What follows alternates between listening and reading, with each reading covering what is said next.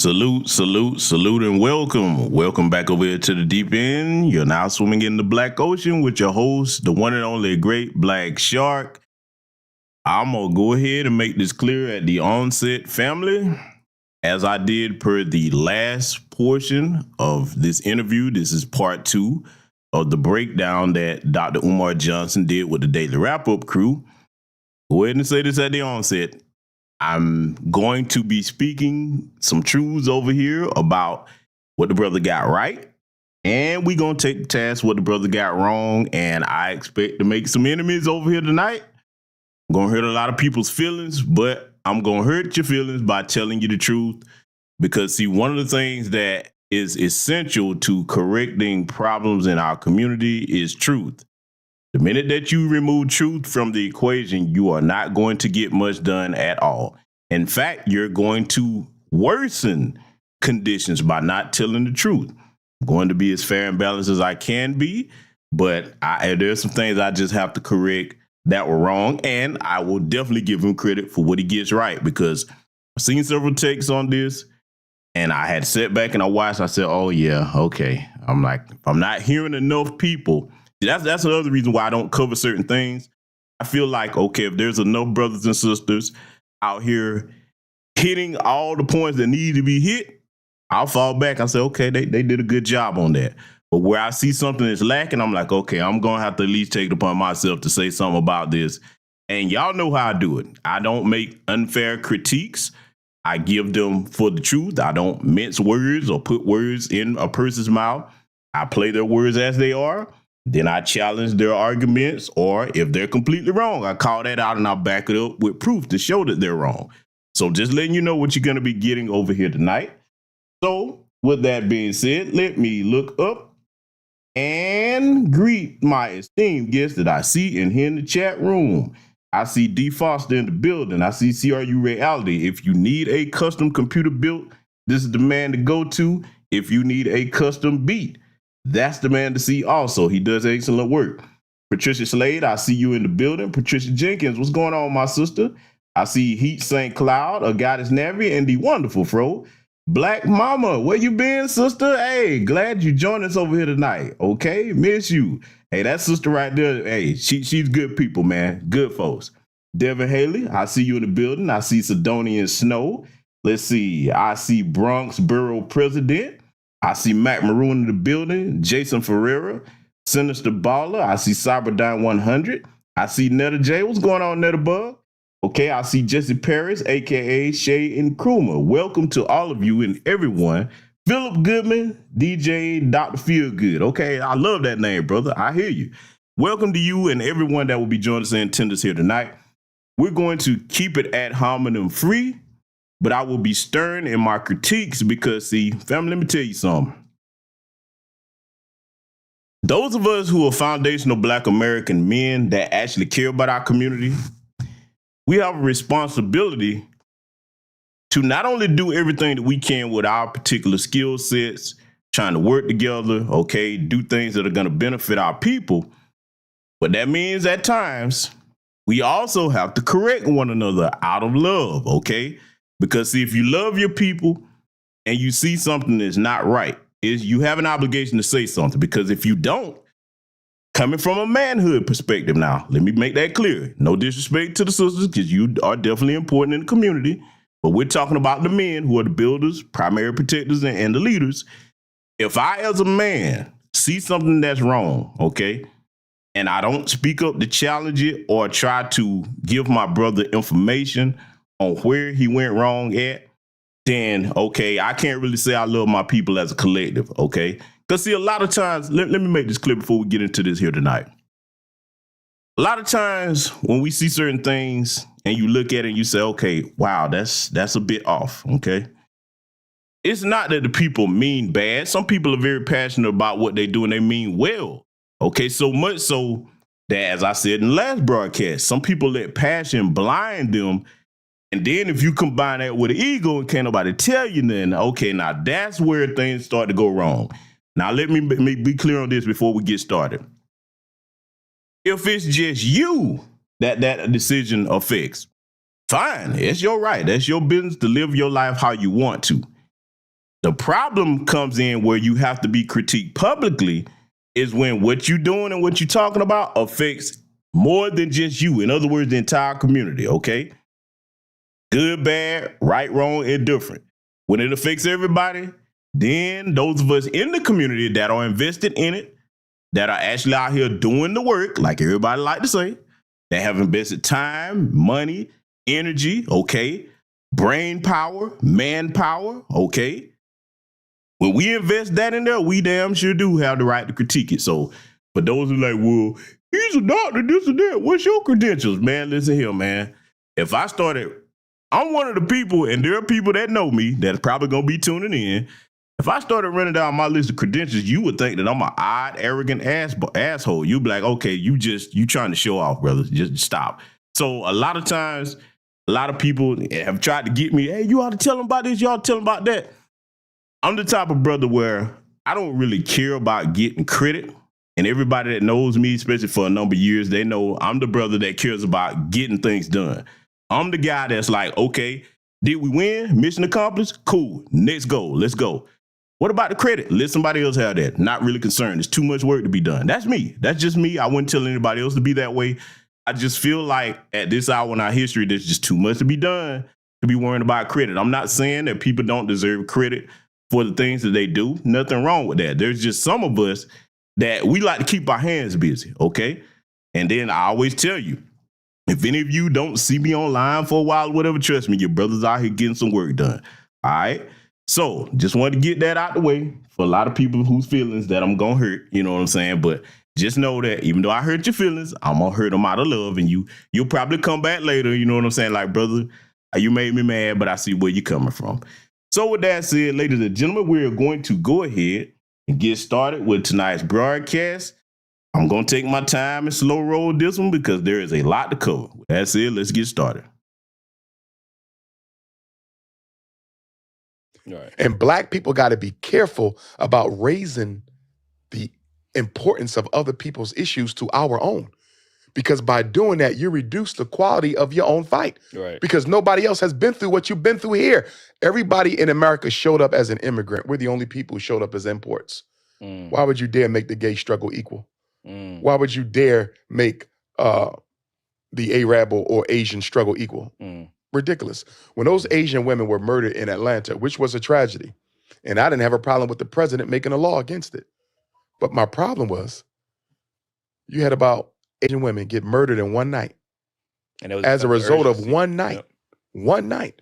The president and vice president flew down to Atlanta and met with the Asian community. He passed an executive order almost overnight. A congressional bill came, anti-Asian hate, unanimously passed. Almost overnight. My issue with that, one Asian tragedy, they get a personal meeting with the president and vice president. They get an executive order. They get a federal law that makes it illegal to even use a racial slur. We've been here 400 years. You ain't never flew down and met with us face to face after no tragedy. When that damn devil walked into that supermarket in Buffalo, New York and murdered those Africans, when Dylann Roof walked into that church in Charleston, South Carolina, murdered those Africans, we didn't even get a face-to-face meeting from the president of the United States, who was black at the time, Barack Obama. But this is what you do for the Asians? And then you sign an executive order? And then you sign an anti-Asian hate? Where's the anti-black hate? I don't want to sound dumb, but you know. So now, right off the bat, this is where I give my good brother, Dr. Umar Johnson, credit, because I want to be clear one more time, yet again, if you just joined us, my critique is not a hate for the brother. I've said it many times. He's a very brilliant man, even though I point out some things that are wrong, because all of us have our flaws, okay? None of us are perfect.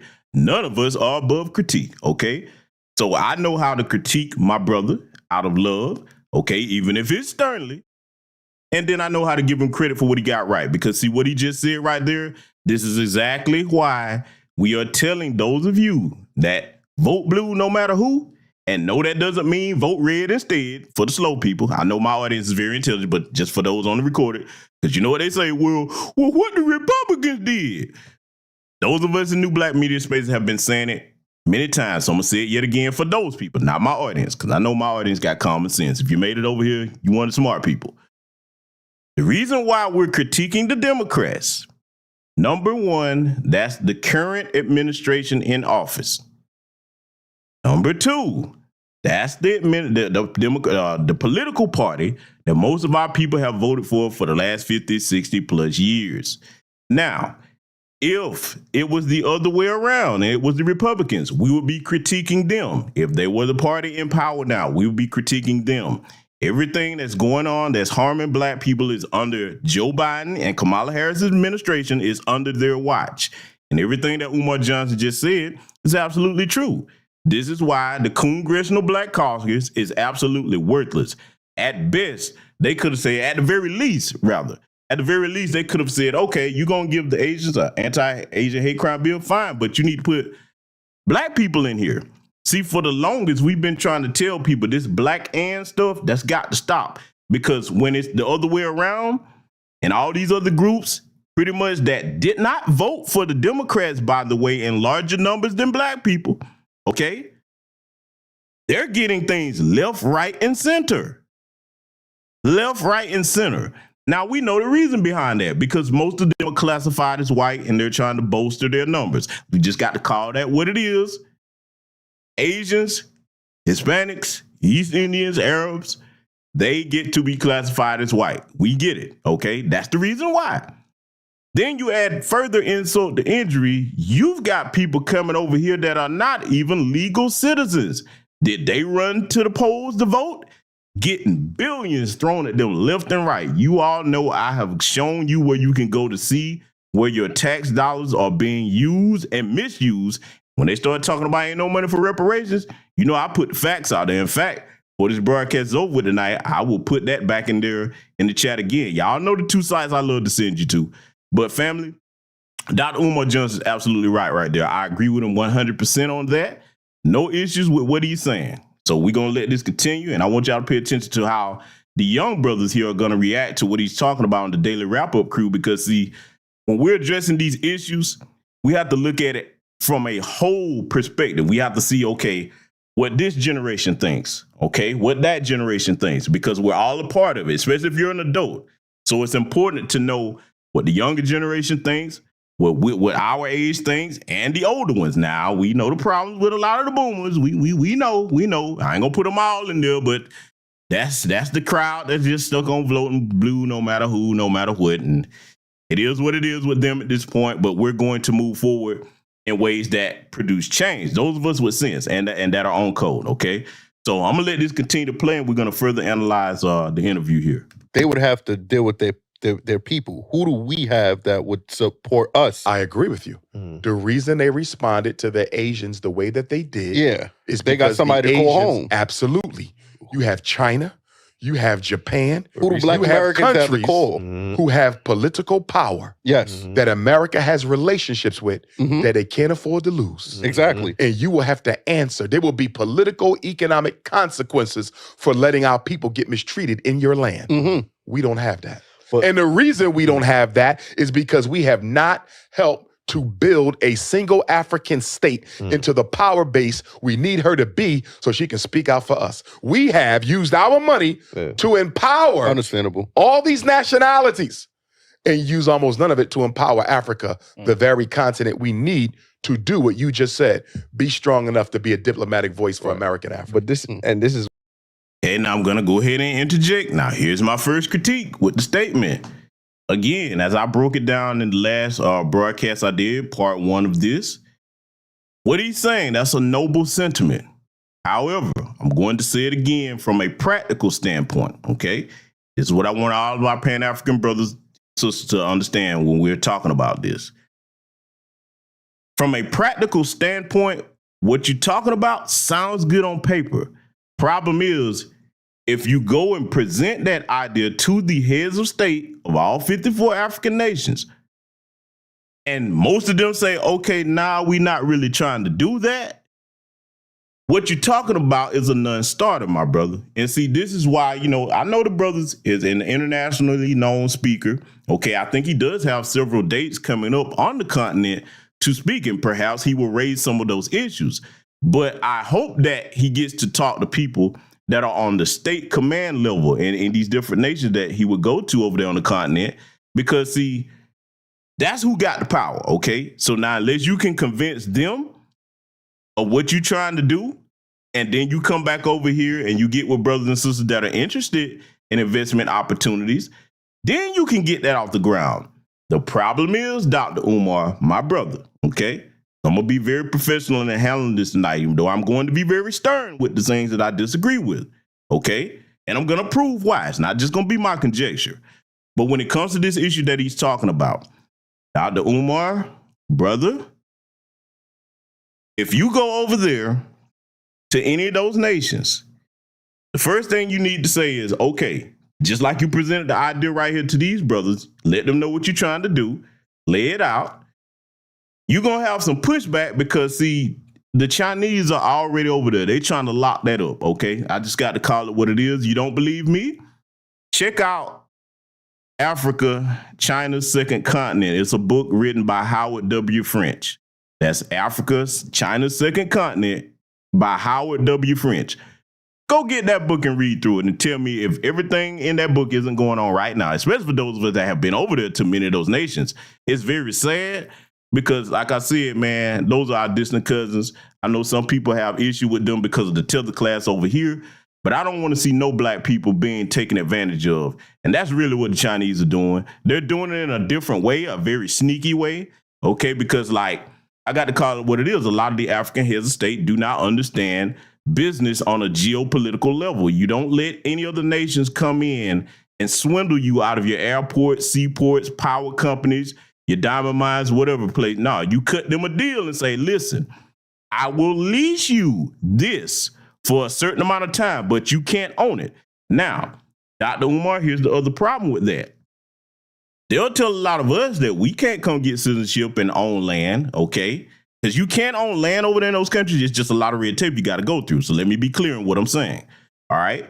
The problem is they'll roll out the red carpet for the Asians, some of these white folks, okay, the Lebanese, the people that don't mean them no good. But then when you say, okay, it's foundational Black Americans, okay, let us get the same deal. We're not really trying to swindle you out there. We're trying to build up like you're talking about. For some reason, they're not trying to hear that, okay? And I'm talking about the heads of state. I'm not talking about every single, continental African citizen because, hey, listen, they don't run things like that, okay? Not the average citizen. So now let's go to the average citizen level. If you introduce the idea of what you're talking about, Dr. Johnson, you're going to have a hard sell with the people because, unfortunately, a lot of them, with the exception of the younger continental Africans, so I'm going to be very clear in my critique here. The younger continental Africans, they do believe in themselves. I promise y'all that. If any of y'all ever get a chance to go over there, the 23, 25, that age range, 26, brilliant brothers and sisters. I'm telling you, man, those brothers and sisters are hungry to own things, control things, and change things. The problem is similar to over here. See, this is what a lot of people don't tell you. The older Sambo class keeps selling them out. Oh my God, that hurts me to see them going through that, man, because they want better. But just like over here, the old Congressional Black Caucus, they keep selling us out. So it's a similar situation. Now, you would have to mostly get the younger people on board with Pan-Africanism, introducing them to pro-blackness and things like that, because it would be relatively new to them because that's just not something that all 54 nations practice, okay? So now if they haven't practiced that as a tradition, you're going to struggle to make some inroads to get that on like an international scale like you're talking about. Because I've told you, it would be great. Look, let me tell you something. For those of you over here that know your history, what I would like to see is an international version of a Black first Silk Road like the Chinese had. You see what I'm saying? We do need that. The problem is if everybody doesn't believe in putting in their equal share of work to make that happen, you can't force it on them. So again, I hope that during his speaking tours over there, he gets a chance to, sit down with some of the heads of states, start making connections if he don't already have them, and put these things on the table, okay? Look, I'm going to name some names that I would love to see Dr. Johnson meet with, and good brother Dr. Umar, because Umar is very easy to reach out to. I've had conversations with the brother, okay? He may or may not see this. But Umar, if you're listening, in fact, I may text him this. I would like to see him meet up with Professor PLO Lumumba. I would like to see him meet up with Joshua Mapanga down there in South Africa. Okay. There's several other names I could name that are out there. The brothers and sisters that are over there on code. Julius Malema. Oh man, that would be a very, very good person for him to meet with. He needs to meet with the EFL while he's down there. I'm just naming a few names that I know would be open to at least hear him out. Because see, if you talking to some of them puppet leaders over there, let me tell you something, dude. It pisses me off so bad to see what the younger continent of Africans are going through. That's why they're leaving the nations, trying to just go any and everywhere to get a start, because they got it bad, man. They do. And I don't have a problem with nobody leaving to do better, but only thing that we tell you is if you come over here now, don't join the tether class. If you left home because there's no opportunities, and I understand what they're dealing with, trust me, I do. Just come over here and be respectful to us, okay? Don't come over here and say, okay, let me join the white folks against the Foundation of Black Americans. Nah, okay. We're going to have to treat you like the tether class then, okay? So that's all we ask. Just be respectful when you come from a situation. You should be humble, okay, and be trying to work with other brothers and sisters that have love for you, that and our ancestors paved the way for you to come over here, okay? So that's what I hope Dr. Umar gets a chance to do. But I'm going to let this play, and I want y'all to hear how some of the young brothers here are going to respond to what he's talking about. Why I asked you before which one is more important to fix first, because if we had that power behind us, wouldn't it be easier for us to make moves over here? You know what I mean? If we had that power in Africa, absolutely. Yeah. But we're not building the power, though. In other words, we should be in Africa right now. I'm sending you to Ghana. Family, I got to pause right quick. Good brother, sincere love to God is in the chat room. Hey, listen, man, will y'all please do me a favor?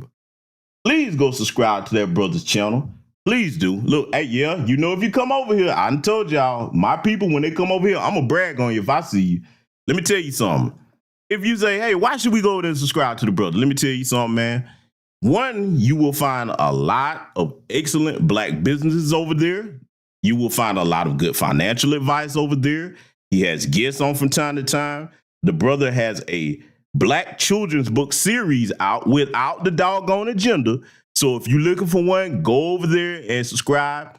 Get you a copy of that book for your children. It's excellent, okay? There's a lot that, look, you're missing out if you ain't subscribed to that brother's channel. So please do me a favor and go there and subscribe to my good brother, Sincere Love to God's channel, okay?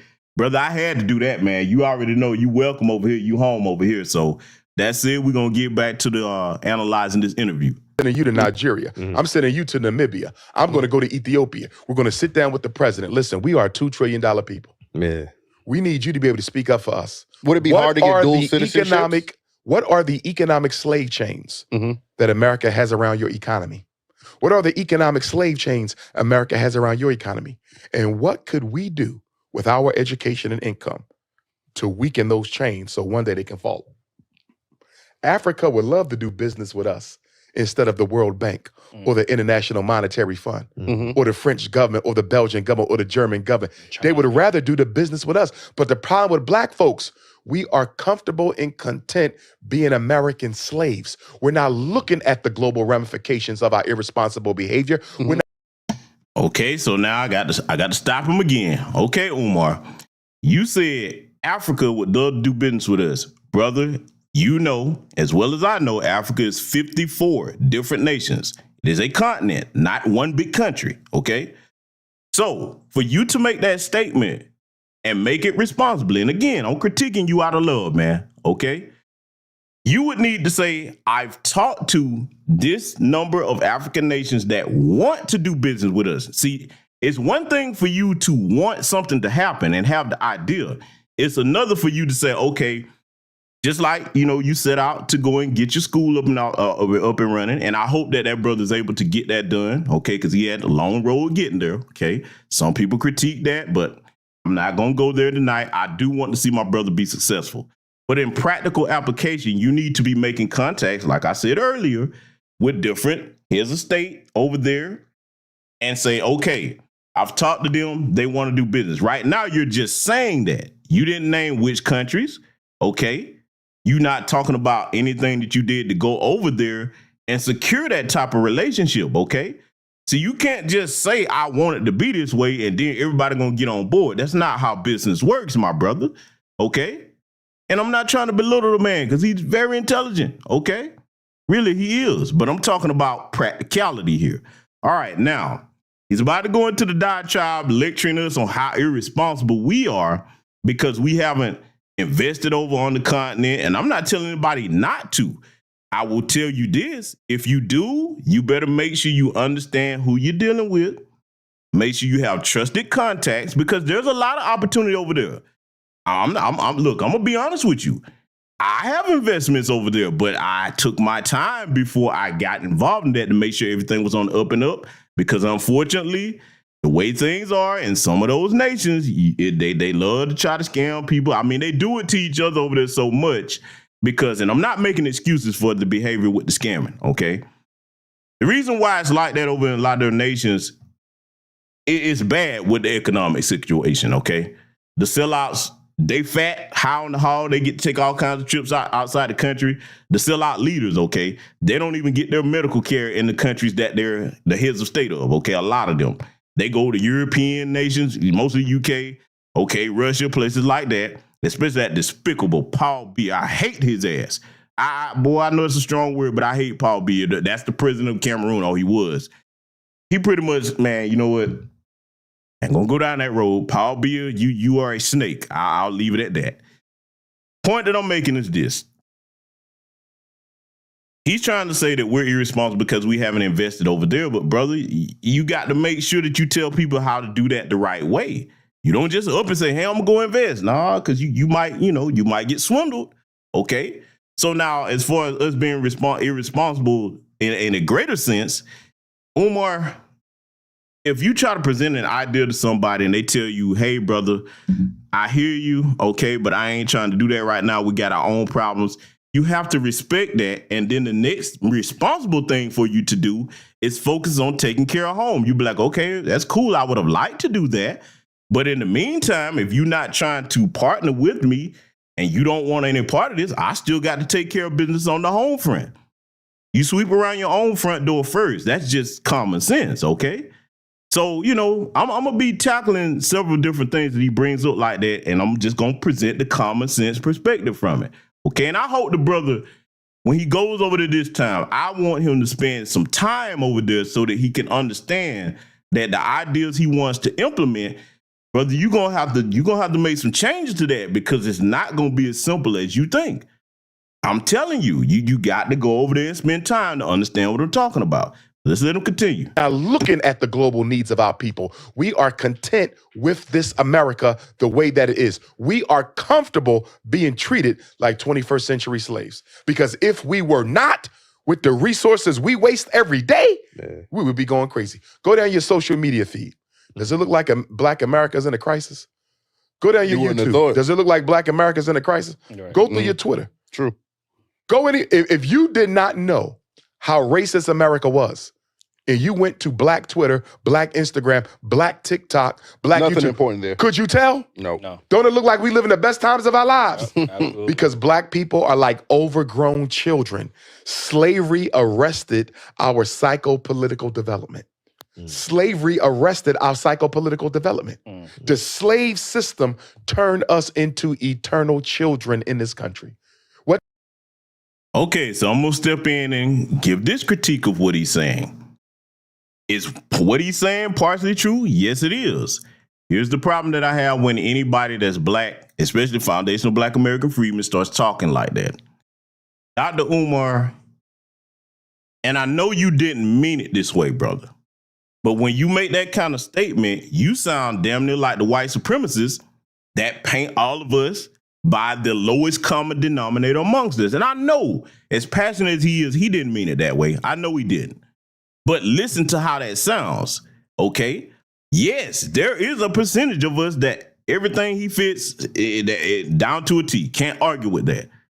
But to judge social media, take a microcosm on social media and say, well, Black people ain't really concerned about nothing. We live in the best times of our lives. Now, I know he's trying to speak in a collective sense, but stop speaking in terms where you just completely overlook the responsible Black people that are out here doing the best they can to empower our people.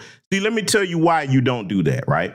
And see why he's about to go into conditioning, okay, because he's a clinical psychologist certified. Let me tell you something else about conditioning, good brother. Dr. Umar, when it comes to conditioning, Unfortunately, due to being in close proximity of the white supremacists here, a lot of times when it comes to critiquing our people, we do so through the lens of the white supremacists. A lot of what you saying, brother, you don't realize you sound just like them folks.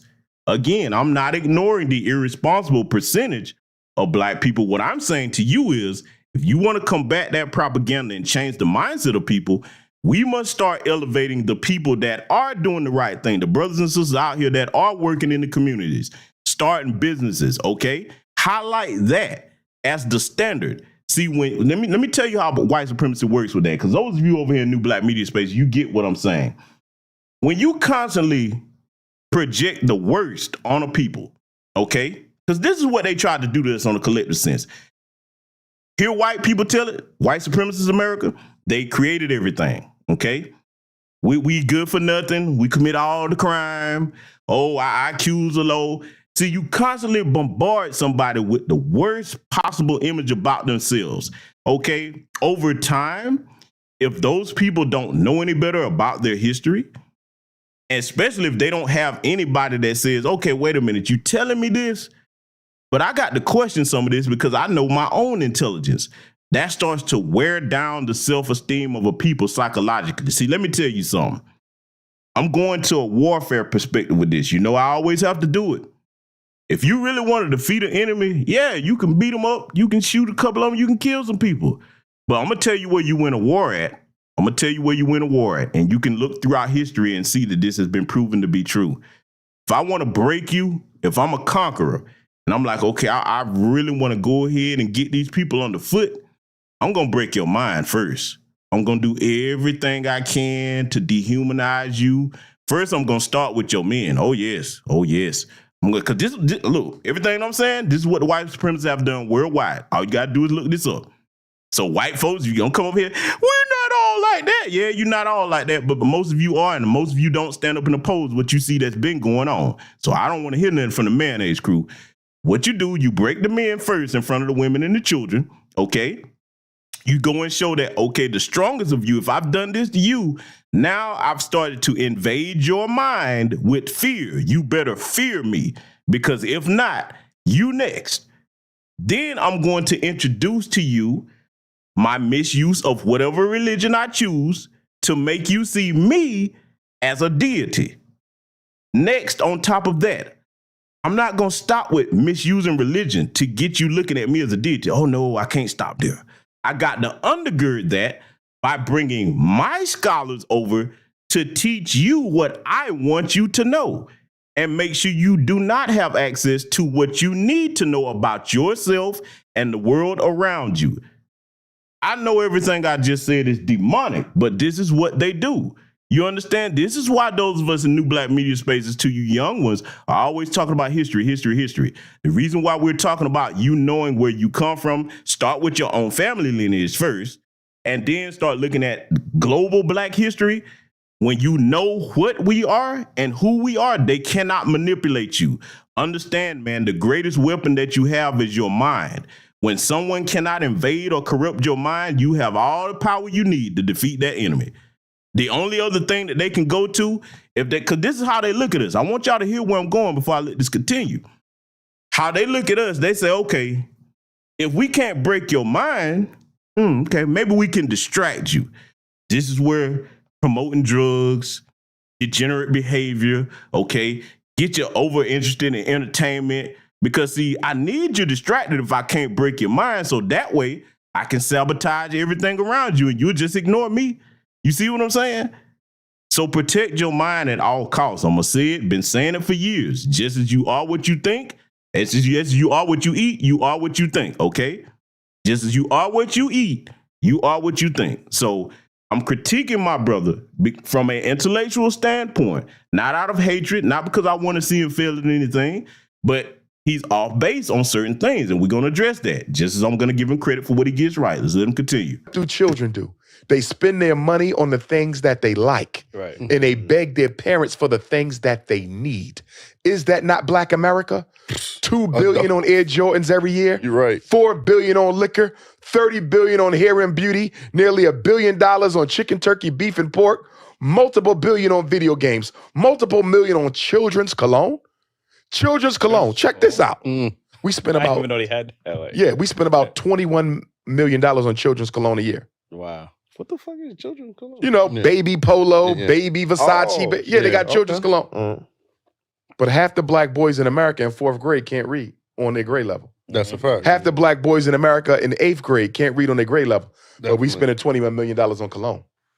I don't excuse nothing another race does to my people. Because as a human being, you should be able to practice decency, whether you're dealing with a billionaire or somebody who's dead, broken, homeless on the street. You understand me? Definitely. But we have to look in the mirror too and look at how we make it easy for people to disrespect us. Because how does a people in your condition have the time to engage in this type of tomfoolery over here? Do you feel me? Yeah. If I'm Chinese looking at Black America, how do I make sense out of this? Right. Y'all can't care about yourselves because as much as you talk about reparations and as much as you talk about the next presidential election, look at the money you waste.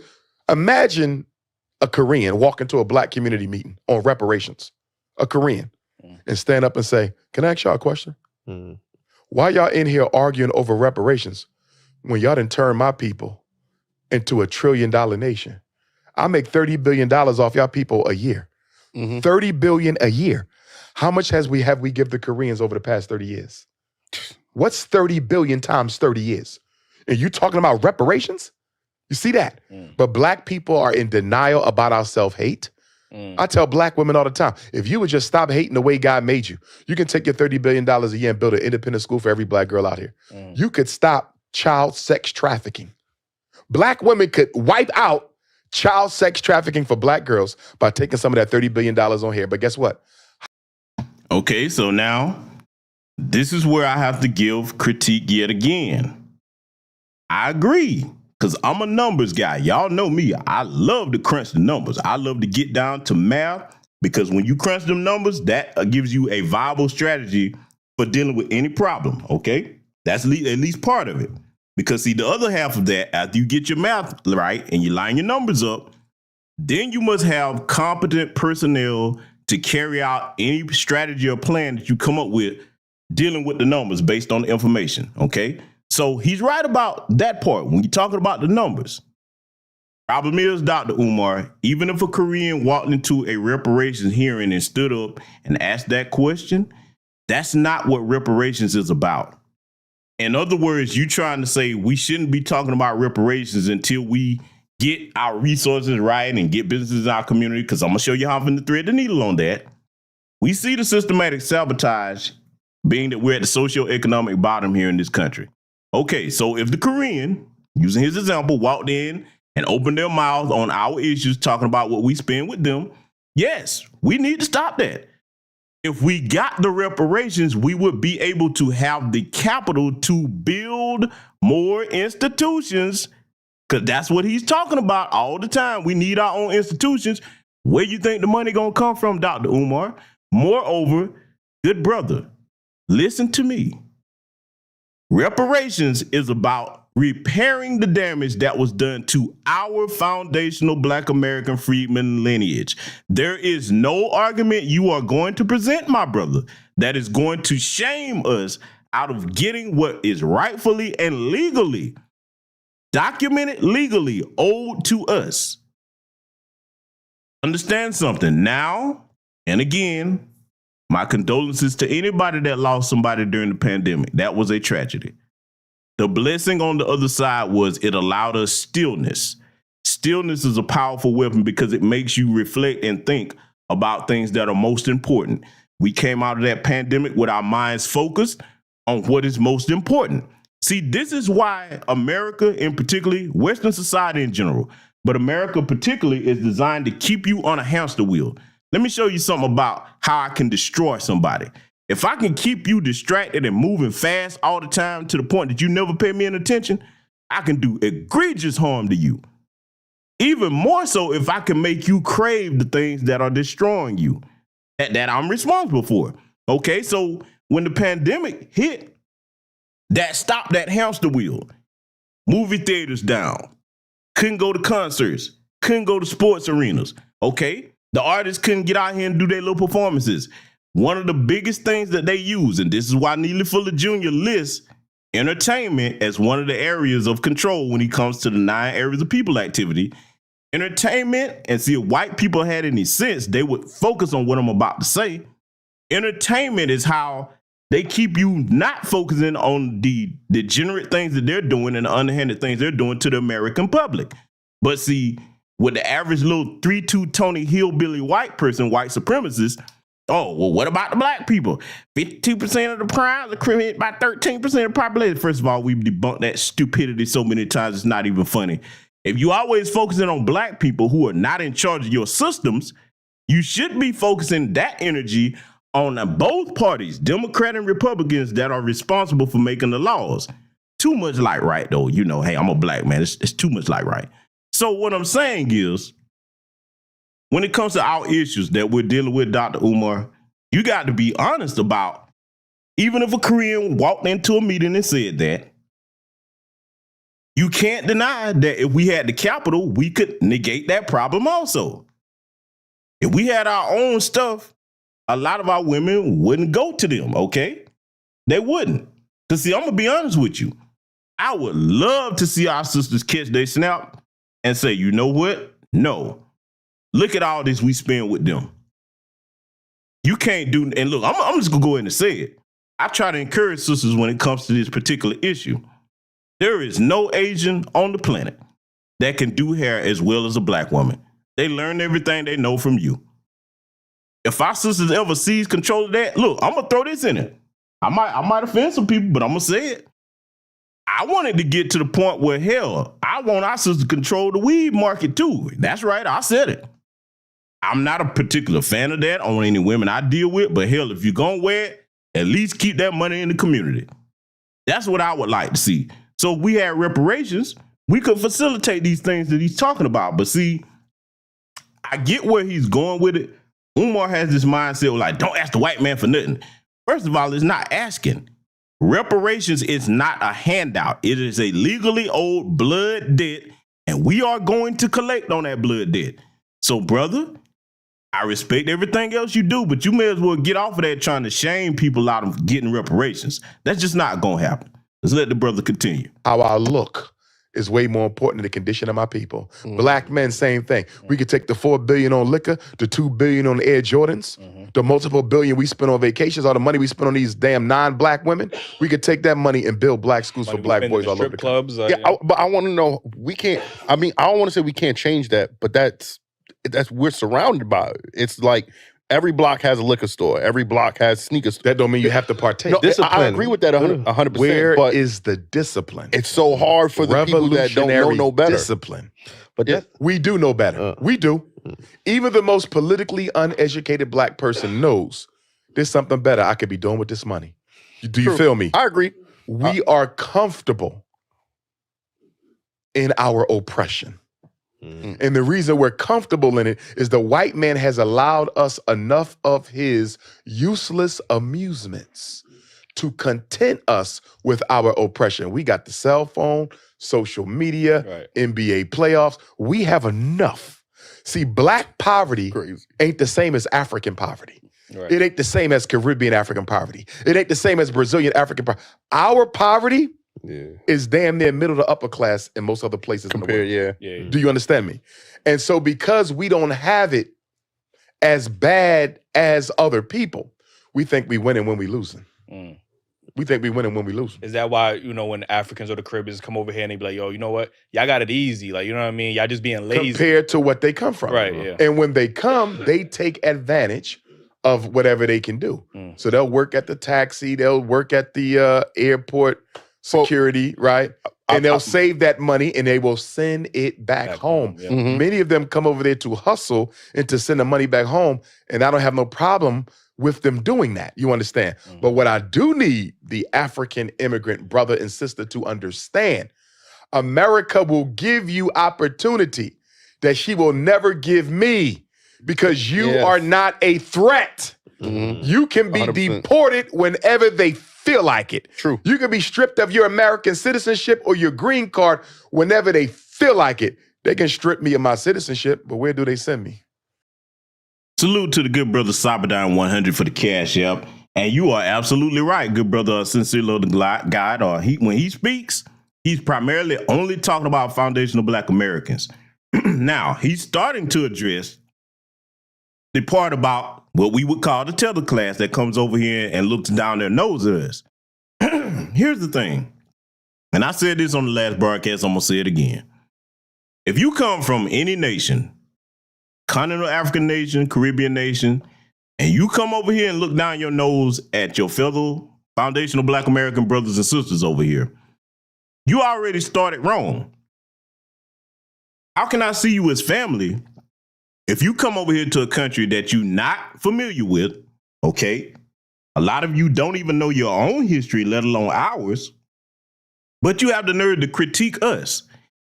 Let me say this once again, because I love those that love us, that are on code with us from no matter where in the Black diaspora globally you come from. I do. I love my people. I'm too well traveled not to. I've been treated well by all of our people in the global Black diaspora. I have. Okay?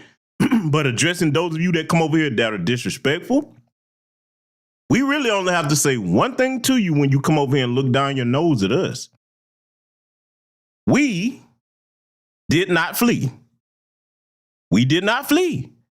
So now, whatever critique that you have about us, all we have to do is go there and be like, okay, since you're so much smarter and you work so much harder, why didn't you get that started back home? See, you would almost have a leg to stand on if back where you from, it was messed up and then you built it up on your own, got the white supremacists out your business, then came and say, hey, look, y'all doing it wrong. Let me show you how to get down with this. See, gone are the days of a Jean-Jacques Dessalines. Gone are the days of a Christophe, okay? Gone are the days of a Lassant to Overture, okay? Gone are those days. If you all just exhibited the spirit of those Caribbean brothers, because I just named those, we can name continental African brothers too. We could go on to Patrice Lumumba, Winnie Mandela. I revere and respect that sister very much, okay? I can name several others, okay? Jomo Kenyatta, even the recently departed, all right? When you look at the former, now deceased president, John Magufuli of Tanzania, he was a writer, told them folks he didn't want that certain medical product in his country, and then they assassinated him. I'm just going to call that what it is. Then you look at the likes of Robert Mugabe. Today, where are those individuals coming over here, okay? If you're not coming over to America in the same mindset and spirit as those few names that I just mentioned, you can't critique us on anything. That's like a tower boy trying to tell a championship NBA player how to win a championship. So we got to shut that nonsense down to the disrespectful ones. Salute to my good brother Black Voltron Reloaded. Good to see you in the house, my brother. We got to shut that down when it comes to that disrespect. And see, I'm going to say it yet again. Why should you want to come over here with an antagonistic attitude towards us? If you already know that you're benefiting from opportunities that we sacrifice for, then you should be thankful and say, okay, see, look, see, this is what Dr. Umar going to have to address at some point, exactly like I'm saying it. Don't just call it out on a surface level, my brother Umar. What you must say is, okay, since you've got advantages that foundational Black Americans don't have, when you come over here and get your weight up, you should be trying to partner with us so that we can form the things that you're talking about. Then, if we did that, then you could come over and say, hey, we need to take this international and get this Pan-Africanism popping. You see how easy it is when you challenge passion with practicality? And I'm not saying passion is a bad thing. You do need it. But you must balance it with practicality. And that's what I'm going to continue to do here tonight. Let's let them continue. Nowhere. We are the only people that cannot be deported. And that's why America can't stand us, even though she's the reason she can't get rid of us. So I know you said earlier that you don't want to beg anybody to be a part of the movement, basically, Yes, right? or the race. Right. So, but it just seems like a lot of people are ignorant to what's going on here. I just think they need to be educated. You know what I mean? Like, Okay. I think they're ignoring it. I don't disagree totally. You have Negroes and you have coons. Okay. The Negro is completely ignorant. He would respond to what you just suggested. Take a Negro who think white people are everything. White women are beautiful. White people are more intelligent. Black people are lazy. He's a Negro. He's been miseducated. You educate him, you can bring him back into the revolution, right? Right. He was just a Negro. He didn't know. Right. But then you got the coon.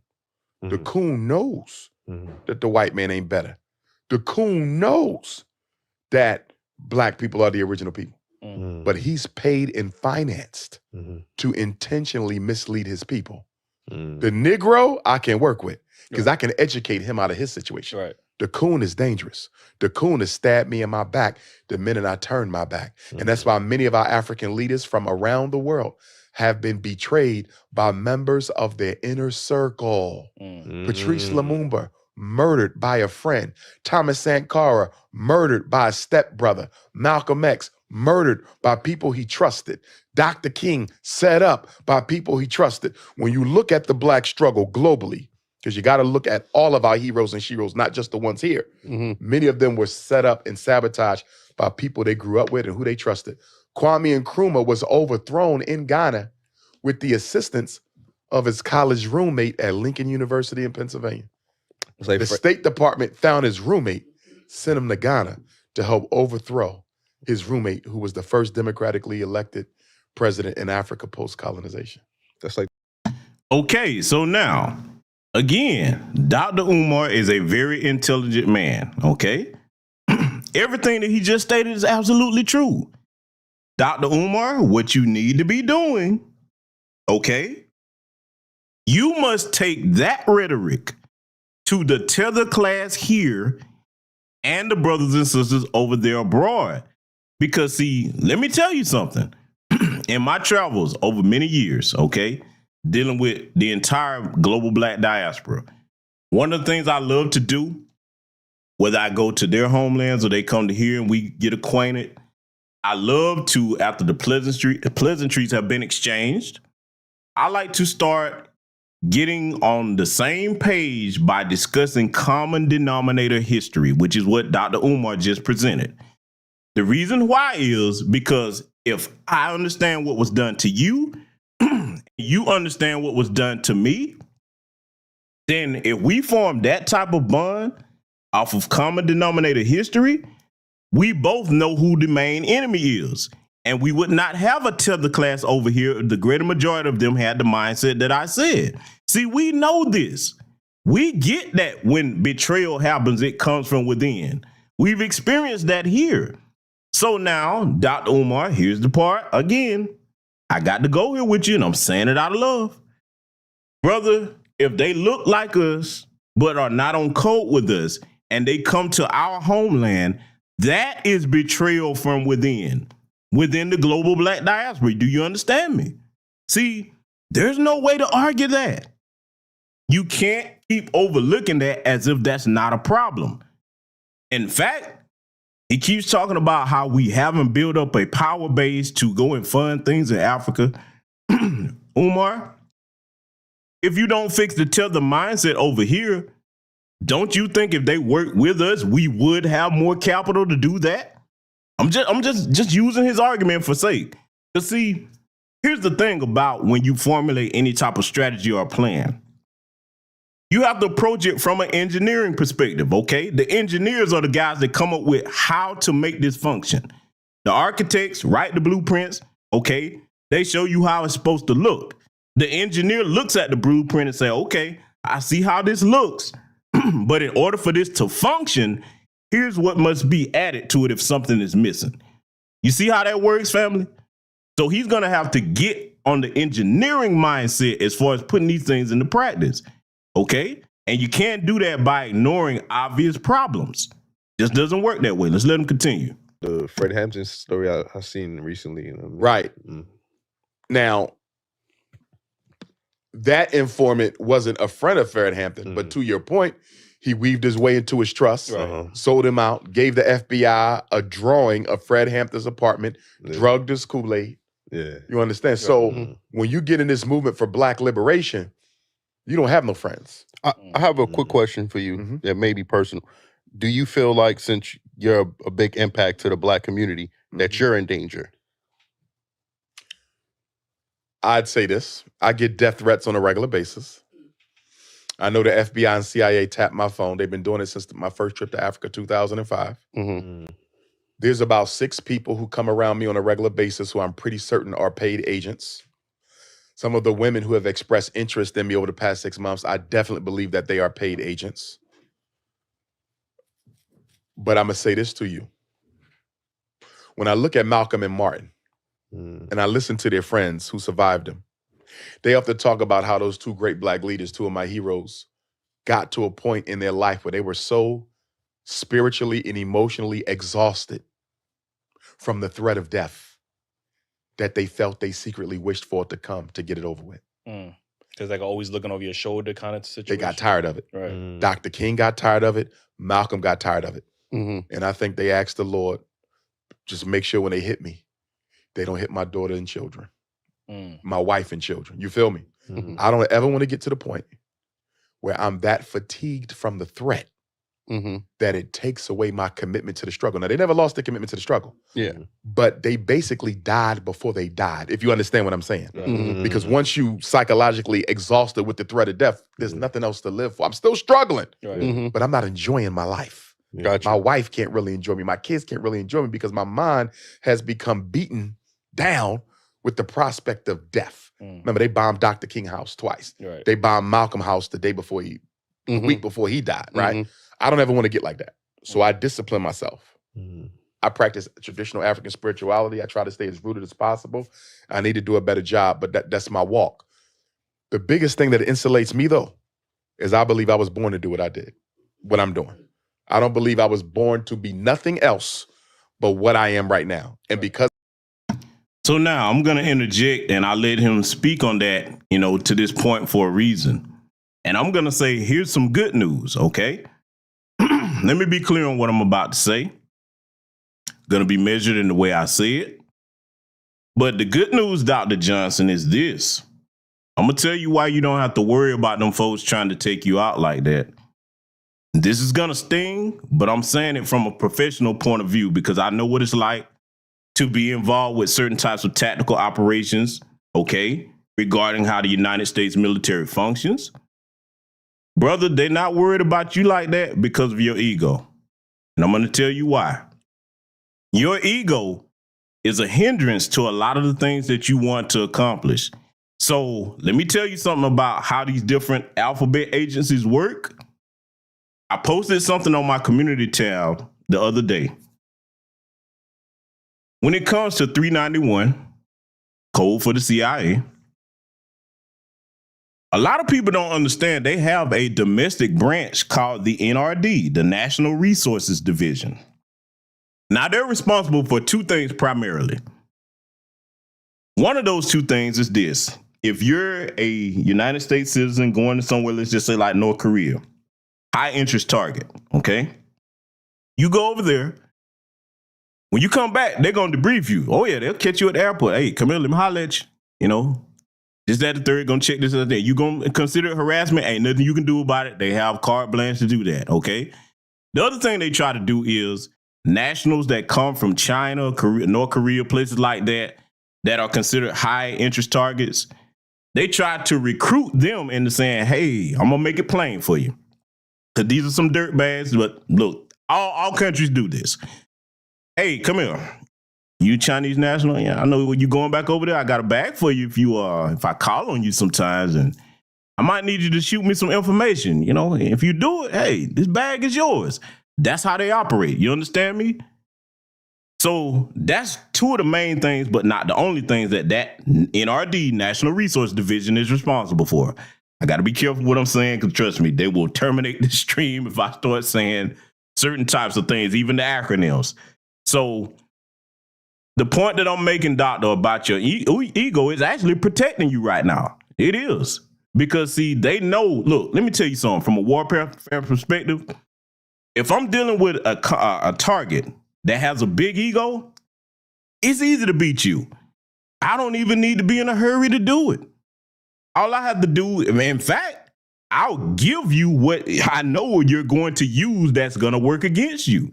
You understand? So, yeah, they're keeping tabs on you. Sure, they're watching you. But are you somebody that they're going to put on a targeted list? No, they're not. And I'm going to tell you why. I'm going to make this comparison for a reason. I think y'all are going to be intelligent enough to understand why I'm doing it. Salute to my good brother, Rizza Islam, who just beat that frivolous case that he's been fighting for 10 years. I'm so happy and overjoyed that my brother's name has finally been cleared of that foolishness they were trying to accuse him of. That is not even in that brother's character to do that.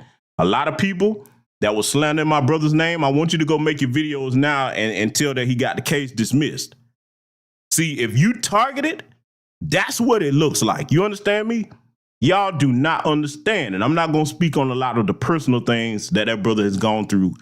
But y'all don't understand what these people will do to you. If they do target you for real, that's what it looks like right there.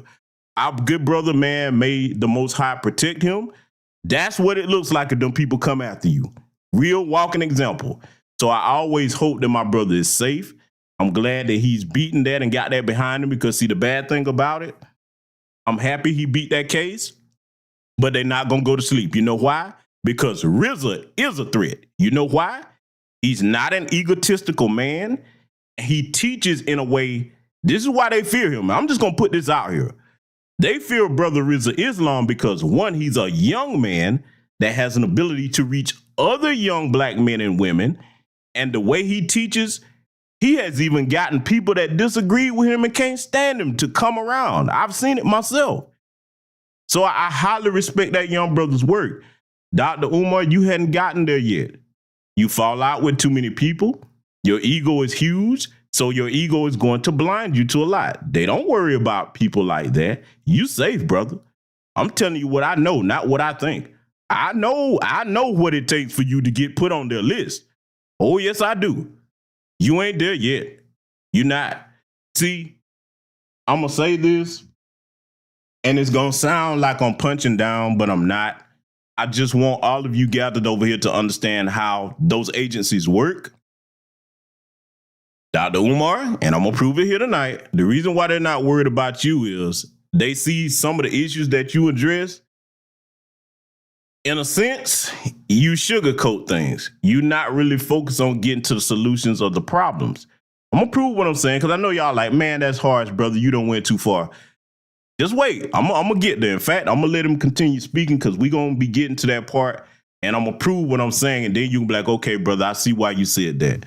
Okay, because this isn't to pick on the brother or to roast him.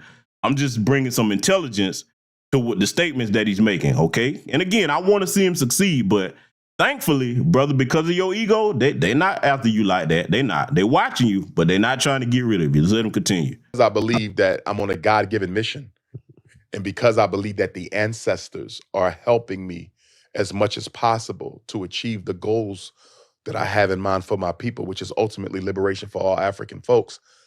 If I die in the work, it was my destiny. And if I don't, it wasn't. You know what I mean? So for me, I'm content with whatever happens.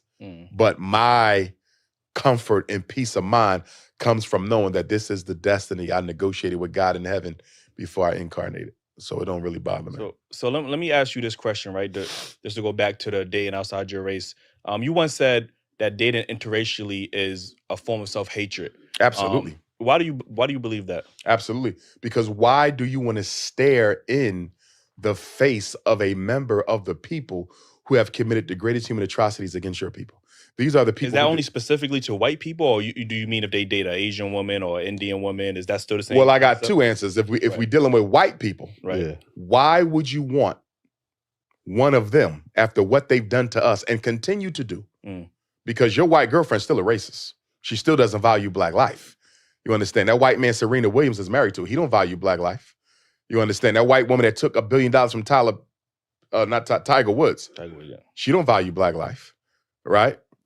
I could give you countless examples of people I've met in therapy who were called the N-word by white husbands and white wives. You understand me? White people who have sex with you. Didn't the slave master sleep with our mothers and grandmothers? So just because they land in the bed with you, what makes you think that they shed their racism? They don't. White people are racist. All white people are racist. There's no exceptions. They might not all be bigots, but they're all racist. Yeah. They all want their people to dominate unfairly the resources, the opportunities, and the privileges of this society. So every white person. What about the people that just say love is love, right? Who believes love is love? I mean, that's most people's answer. That might be most black people. Love ain't love for most white folks. Everything white people do has a political purpose. Everything white people do has a political purpose. Ain't no love is love with white folks. Would we be considered racist if we only date within our race? No, that's what you call race loyalty. And racism is a group system of exploitation, discrimination, oppression, bias, where one group seeks to deny all members of another group their fair share of resources, opportunities, and privileges. You know why you can't be a racist? You don't own a damn thing white people need in order to live. True. White people need you for nothing, but you need them. Now, I'm going to pause it right there because I know a lot of people like, oh boy, he just made some charged statements, Dr. Umar did. But he told the truth. He told the truth on the greater majority of what he was saying. Now, yes, I get it. There are some white people out there that are not anti-black racists. I know that. I get it. They are not the majority, and they don't have any power to speak up against those who are in power. They're terrified to death because they know the penalty for that is death.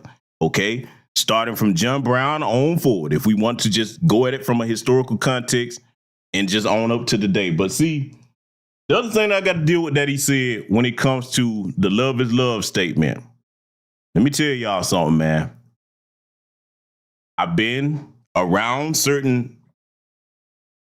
functions and places, and it is not just love is love to most of them. I'm going to break it down why it's not. As black people, we don't see the world the way that the dominant society does, by and large. We do not. Everything about them is about acquisition of power, how to hold on to it once they acquire it, okay, and more conquest. And morality goes out the window, okay? They don't give two shits about morality at all. The only value, and this is going to piss some people off, I understand that there is a small percentage of people that are in interracial marriages and relationships. They truly love each other. They're making it work. We're not talking about y'all because you're the minority, and everything that I'm saying can be proven. For the majority of them that look at a black man or a black woman as valuable, you have to be worth some type of wealth. This is why you see them all flocking after the athletes, the entertainers, the corporate businessmen and women, okay? Because see, all you have to do is ask yourself, if you didn't have these resources, would they be coming after you? The majority would not. Because see, what they're looking at is, okay, yeah, you's a nigger, but you got something that I can bring back over here to benefit me and my people. And see, I'm going to tell you why I will never, ever be in no interracial marriage, especially not with them folks. It ain't nothing for them to plot to kill each other. You think that a lot of them ain't plotting to kill wealthy black people that they in interracial marriage and relationship with? See, let me tell y'all something about evil, man. When it comes to them people, you better use their history as a signpost and a guidebook to how they operate in present day. These people will sit around discussing how to murder you to get acquisition to your money like it ain't nothing, just like you are with chew gum. I know that's a hard pill to swallow to some people, but look, you better look at what they do to each other. I'm gonna make it plain for you, even if you hate me, because I know it, I get it, I need it. Like, you shouldn't say that. Hey, listen, I get it, I understand, I'm willing to take that. Because I love my people enough to tell you the truth. Ask yourself this question. What makes you think anybody in the dominant society is going to treat you better than they treat their own people? You understand me? That's a cold, hard truth, but you better absorb that. I'm telling you, if you go over there to that other side with them people, man or woman, you better understand the risk that you're taking. You better understand it. They will do anything when it comes to acquiring wealth and power. Why do you think the system of white supremacy has maintained its structure for so long? Notwithstanding some of our people's participation in it, because it can't exist without some of our people participating. So I do acknowledge that. Okay? But see, when it comes to the further statement that was made, this is something that I try to make sure I go out my way for young people to understand. I try to introduce them to the work of Neely Fuller Jr., Dr. Francis Chris Wilson, the Grandmaster teachers far wiser than I. If you look, I know a lot of you will come over here and you'll appreciate the things that I say, but understand, man, that I have stood on the shoulders of giants. I have had the opportunity and the honor to meet some of our Grandmaster teachers before they transition. Okay? Changed my life forever. Especially Dr. John Henry Clark. Oh my God, man. Roy, let me tell you, the saying is true. When we lose an elder, it's like losing an entire library, okay?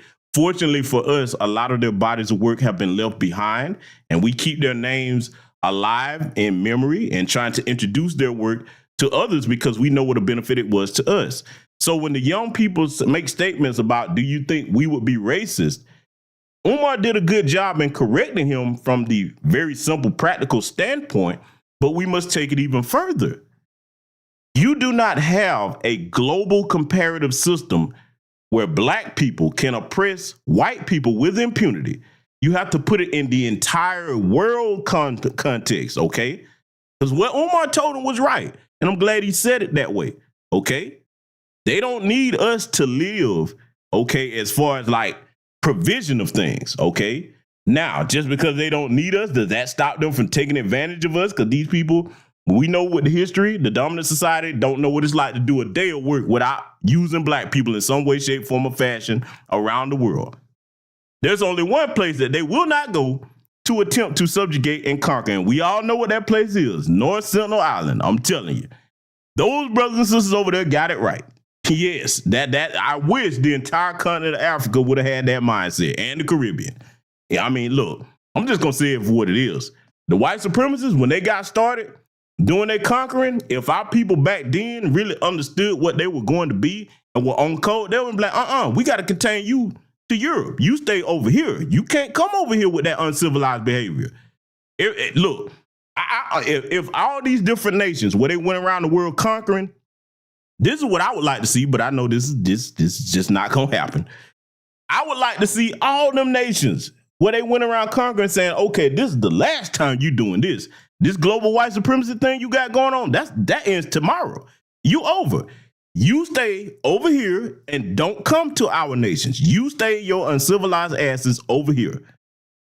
Use the combined military might of all these different melanated nations. Be like, nope. You better go where you kinfolk at. Don't come over here with us. You are banned from coming here.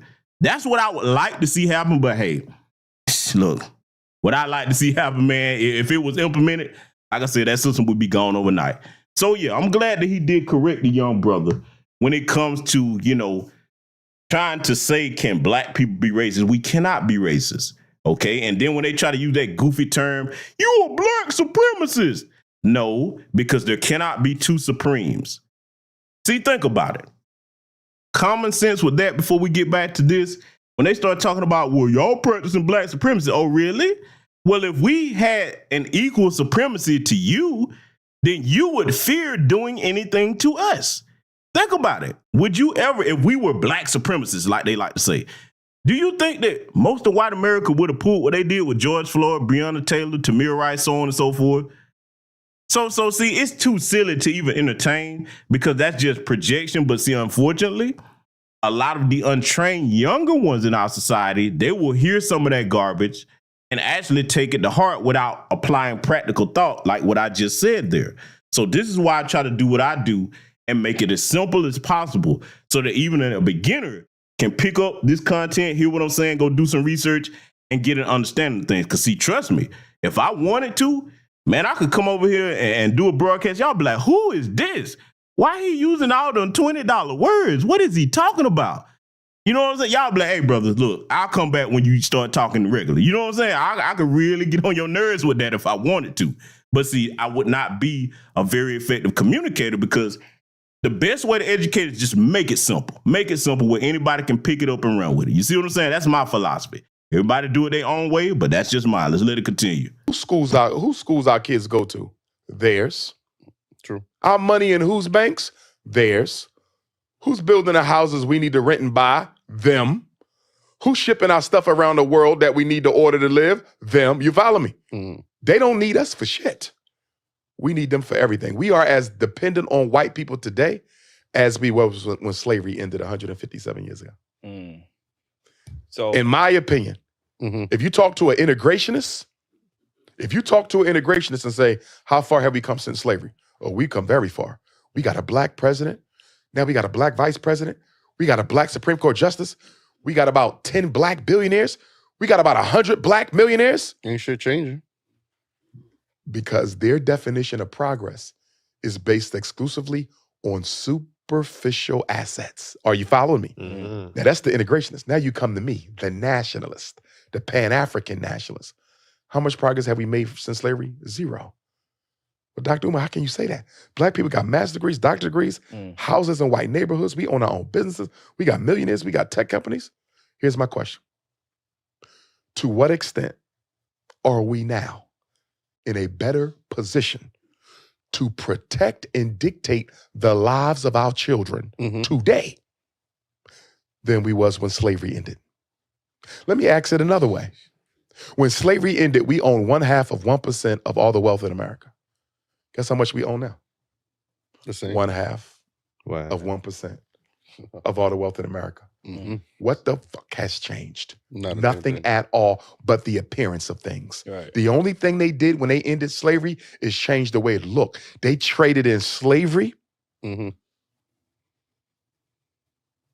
Before the 13th Amendment, we were owned by individuals. We was the property of individual slaveholders. After the 13th Amendment, we became property of the government itself. We are slaves of the state. So still not free. Let me ask you a question, because in other words, if you walk out here right now and a police officer pulls you over and takes your life, God forbid, unjustifiably, how was that any better than you being on the plantation picking cotton and the overseer just decides to get off his horse and blow your damn brains out? 157 years apart. Was there any difference in the power dynamic? Hell no. Nothing at all. You're right. We are exactly where we were. There's no ramifications. Power is the measuring stick, y'all. Not education, not income, not billionaires and millionaires. How many black people on TV, Obamas and Kamalas? That's irrelevant. How much power do we have to force white people to leave us the hell alone? Okay, now I'm so glad that the good doctor made that statement, because see, Dr. Umar Johnson, my brother, what you said is true. We can verify it. Most of us over here know it. You know who doesn't come over here knowing it? The tether class. So now, if you are as keenly aware of our detrimental situation as far as us not having the power we need to fight this system the right way, then how on earth are you not coming down and riding harder than you do? Because I've heard you give critiques in a mild sense to the tether class, but you haven't really taken them to task and said, listen, we're already in a disadvantaged state, and then you come over here and join our oppressors? See, brother, this Pan-African unity that you want, it can't be done by sugarcoating things. It can't be a one-sided thing. We have to get, if we're going to do this thing, we got to do it fair and right. You got to start out addressing what the problems are. You see what I'm saying? And again, I would like, look, it can work in small increments, but you can't keep ignoring that tether class that they keep sending over here. Look, when you got the likes of a Candace Owens over here, every chance she get trying to undermine us, okay? And then the hordes of them fresh and fit flunkies, okay? We're not even talking about at the political level yet, like the Congressional Black Caucus, because most of them are a bunch of tethers, okay? Dr. Johnson, if you know that we're in such a disadvantaged state, which we are, then you must take to task those that look like us, that are not on code with us. There's no other way that you can get around that, my brother. Let them continue. And do we have any more now than we had in 1865? I don't see it. Moving. Wait, hold on. Let me ask a question real quick, because a lot of people say that Obama got in office and he did nothing for black people. Do you think he had the power to do anything when he was president? I want to ask a question before that question. Do I think he had the power? Yeah. Yes and no. Major changes, he didn't have the power. Right. Minor changes, he did. For example, Barack Obama could have got us more black teachers. Barack Obama could have did something about the special education exploitation of our children. He could have done something about the suspensions and expulsions. He could have fought for better schools and more black educators, because everybody agrees that the schools are a problem. Do you understand? Everybody agreed that the schools. Obama didn't do nothing about that. You follow me? He could have done something about black homelessness. He didn't. Now, for the black middle class, he threw them a couple bones and allowed them to buy a house and that kind of shit, if you consider that progress, right? Right. But overall, did he systemically change anything for black people? Not at all. But did he systemically change anything for gay people? Hell yeah. Hell yeah. But don't you think it's easier for one to do that because of the power that they possess? Because of, you know what I mean, there's white people, Asian people that's in that community. Okay, possibly. But here's my question for you then. Let's say Obama had no power to change nothing. Let's just say that. Then why would you vote for him for your presidency? I was ignorant Right. to how that whole system worked. When I first voted, I just turned 18. You know what I mean? So as I'm learning more, I realized that it goes through a vote and you need certain seats, people in these seats to push bills through. He didn't have that. Even Biden now, where we voted in these seats, he's still not doing nothing for black people. But you know what the difference is? Presidents have executive privilege. Barack Obama could have signed executive orders to do things for black people that he did not do. Okay. I'm pausing him right there because y'all heard when the young brother asked the question, what did he think Barack Obama had the power to do for black people? And Umar said, okay, yes and no. It's regarding like major changes and minor changes. An executive order is a major change, Dr. Umar. Okay? Executive orders are major changes. That means the president signs it. This is the law of the land, okay? Only in certain instances can they be overturned, all right? It depends on what it is. You can't make everything an executive order, but it's precious little that you can, all right? He didn't do that for a reason because, see, this is what a lot of us have learned in the black grassroots and new black media spaces. Barack Obama was sent. He was chosen. He was following a script. Let's just run it down. I'm finna family, can I make some bisexuals mad tonight? Can I do it? Will y'all forgive me if I make the bisexuals mad because, or do y'all want me not to make them mad and just kind of sugarcoat what I'm about to say? I'll leave it up to y'all because if I break this down, they're gonna hate me, okay? They might hate some of you for agreeing with it. But you know how I do it when I break something down. Can I make them mad? Do y'all want me to piss them off with the truth? Because I'm not gonna tell no lies. I'm gonna tell the truth. Somebody say, hey, I'm seeing black mama say they get mad, so be it. Yes, go for it. Okay. All right, family, we finna go ahead and make this plain for everybody then. Barack Obama was sent, and I want you to think of it this way. Think of a factory, and this applies to all the coon class in either political party that look like us. Think of a factory. In fact, let's go here with it. Not only think of a factory, remember the movie Terminator? All the different versions of the Terminators they created? Okay. One of the main tricks they had was to wrap the metal cyborg in synthetic human skin. So now once you come up with a proper blueprint for your hand-chosen Sambo and Coon, let's go down the archetype of the Barack Obama. And they'll never be able to pull this off again because we see what the con game is now. You get a tether, biracial one at that, okay? Half black, half white. Raised with his white side of the family. Dated mostly white women. Has no connection to foundational black American people. You finally go and choose Michelle Obama, because we're going to thread all the needles, who I guarantee you, if you look at her dating history, that a lot of people don't like to talk about, she probably had a zaddy fetish, but most of them didn't want to wife her up. So she settled for the next best thing, little big-eared, biracial Barack Obama. Oh, yeah, I told you I'm going to make them mad here tonight. You know I don't play games when I break something down. Okay, you add to that the fact that he's well-spoken, He's a good imitator of what he thinks blackness is via entertainment. All you got to do is look back at Barack Obama's speeches. You were initially hanging around Reverend Wright, and then you turned on him when you was like, okay, this is getting a little too black. I got to back off that. His handlers told him to do that, by the way. Okay. Now, you take into account everything that I just said. Now you have the perfect Trojan horse. Oh, black people were so proud. Finally, a black president, even though we knew he wasn't fully black. I never voted for him at the time because I saw it for what it was. Oh, my president gonna look like me, black. Oh, everybody happy. All black people just celebrating. This Negro got in there for 8 years and watched our people be slaughtered, ignored us left and right. So everything Umar stated about who he did things for is 100% correct. But see, when you look at what he was, all you have to do is fast forward to now. Kamala Harris, same blueprint. Yes, same blueprint. Another tether, cosplaying as a black American. Then add insult to injury, besides her egregious scumbag behavior in California with her political career, you throw a zaddy on top of that?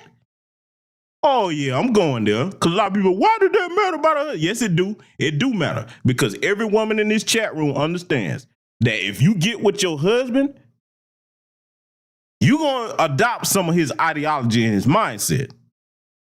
There's no way around that. So yes, it matters. Same thing with Ketanji Brown Jackson. Now you see the pattern? See, this is why I do what I do over here. I like to thread the needle with patterns. But see, unfortunately for them, those of us who are on code with sense, we recognize those patterns. You're not going to be able to pull that same one-trick pony over and over again on us.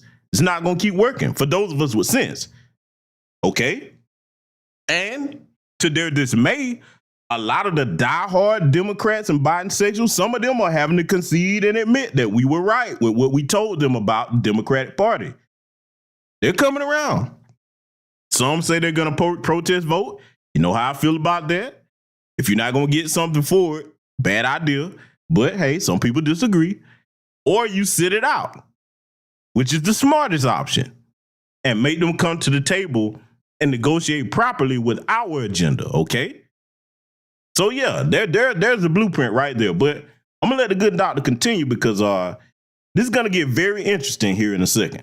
Remember, Biden gave the Asians an executive order before Congress gave them a law. He gave the Native Americans an executive order before Congress gave them the law.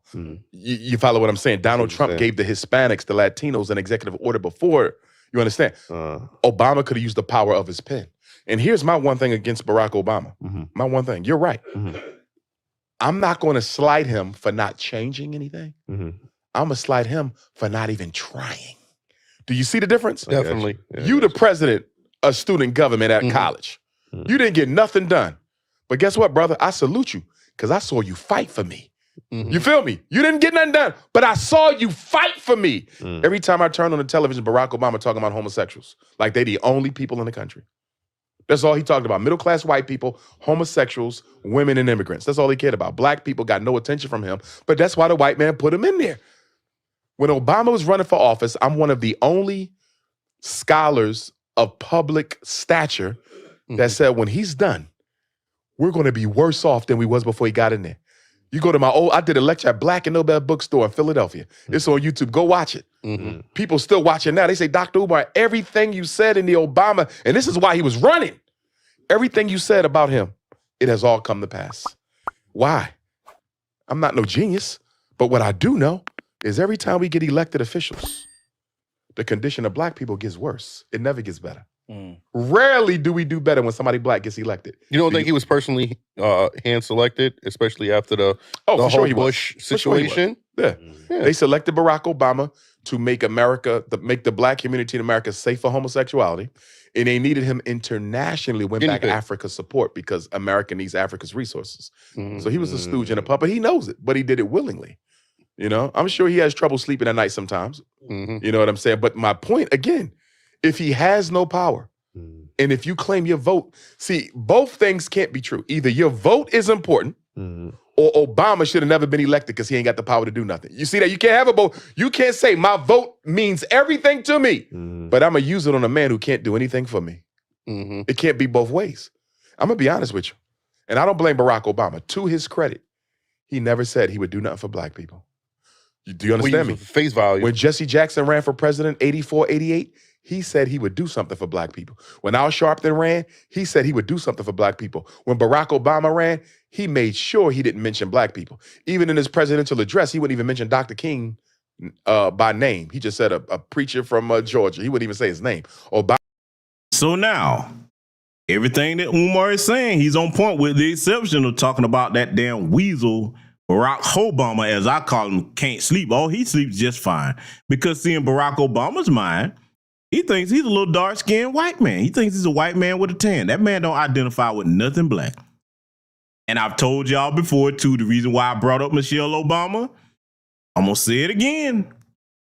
I'm going to point to history to back up my statement. Because I know a lot of sisters be like, oh, don't talk about Michelle. She's the good one. No, she's not. Joseph Stalin, Adolf Hitler, okay? You go in there, look at any Italian mafia boss you want to name that had a wife. If a woman is willing to stand next to a tyrant, she's just as rotten as him.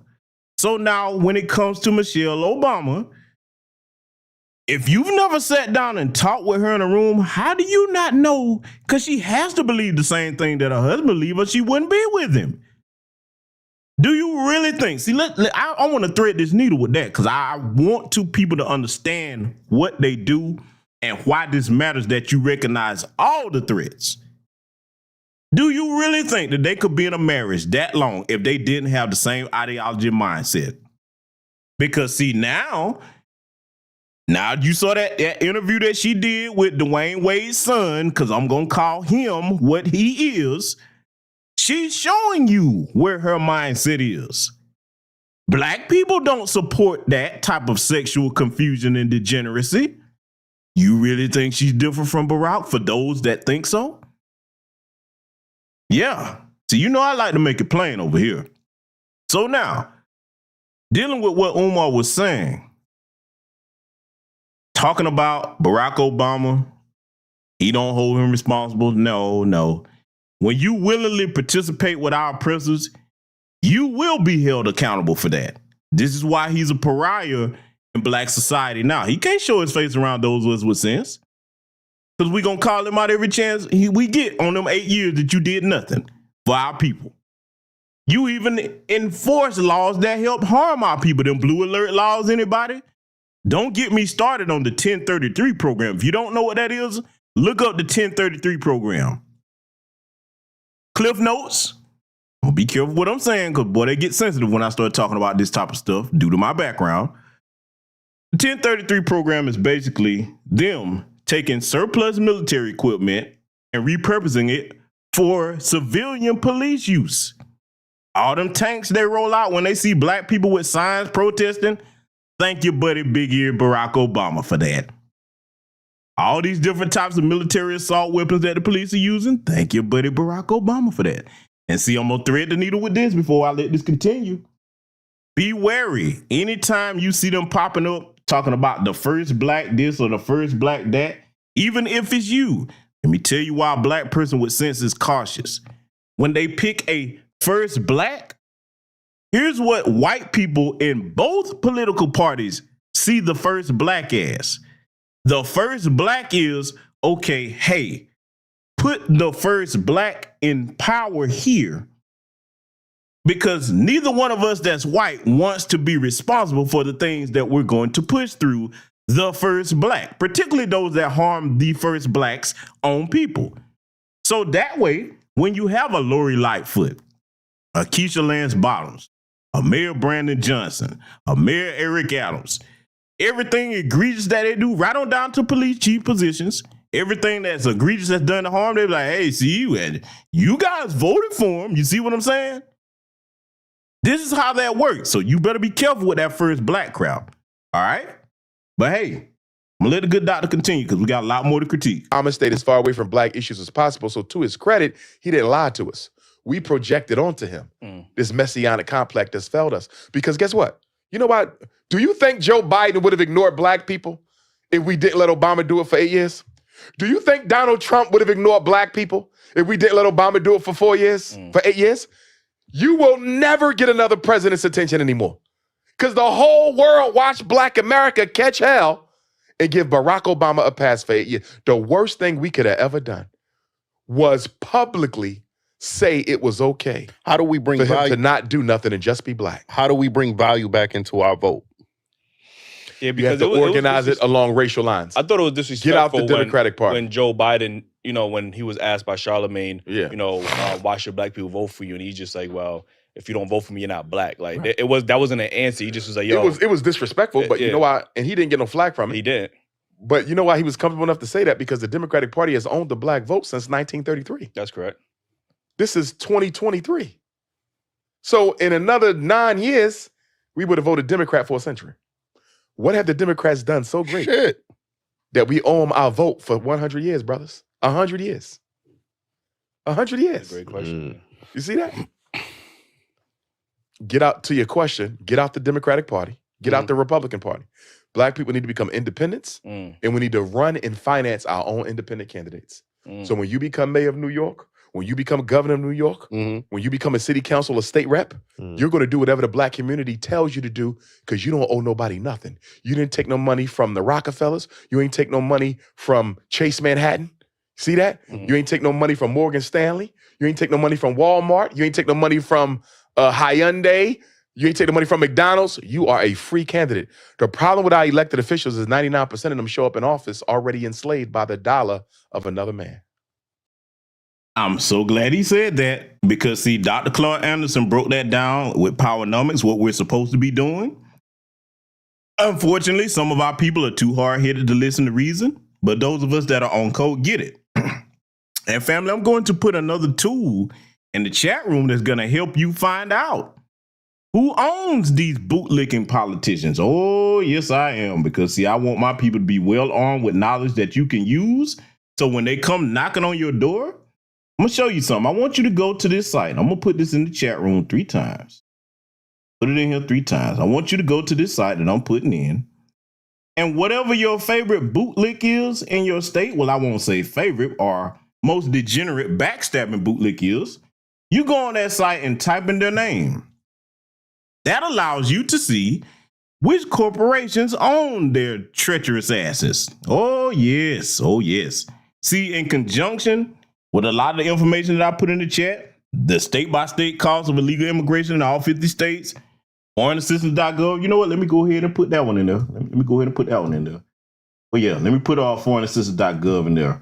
That goes to show you where our so-called international aid money is going. And, oh, yeah, good sister, Black Mama, if you put in Jim Clyburn's name, you'll see a ton of corporations behind his treacherous behind.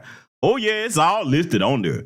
So, see, he's got a point. If we're going to run candidates, they need to be funded by us. So that way we know we chose them. Okay, and they're coming in there with our agenda.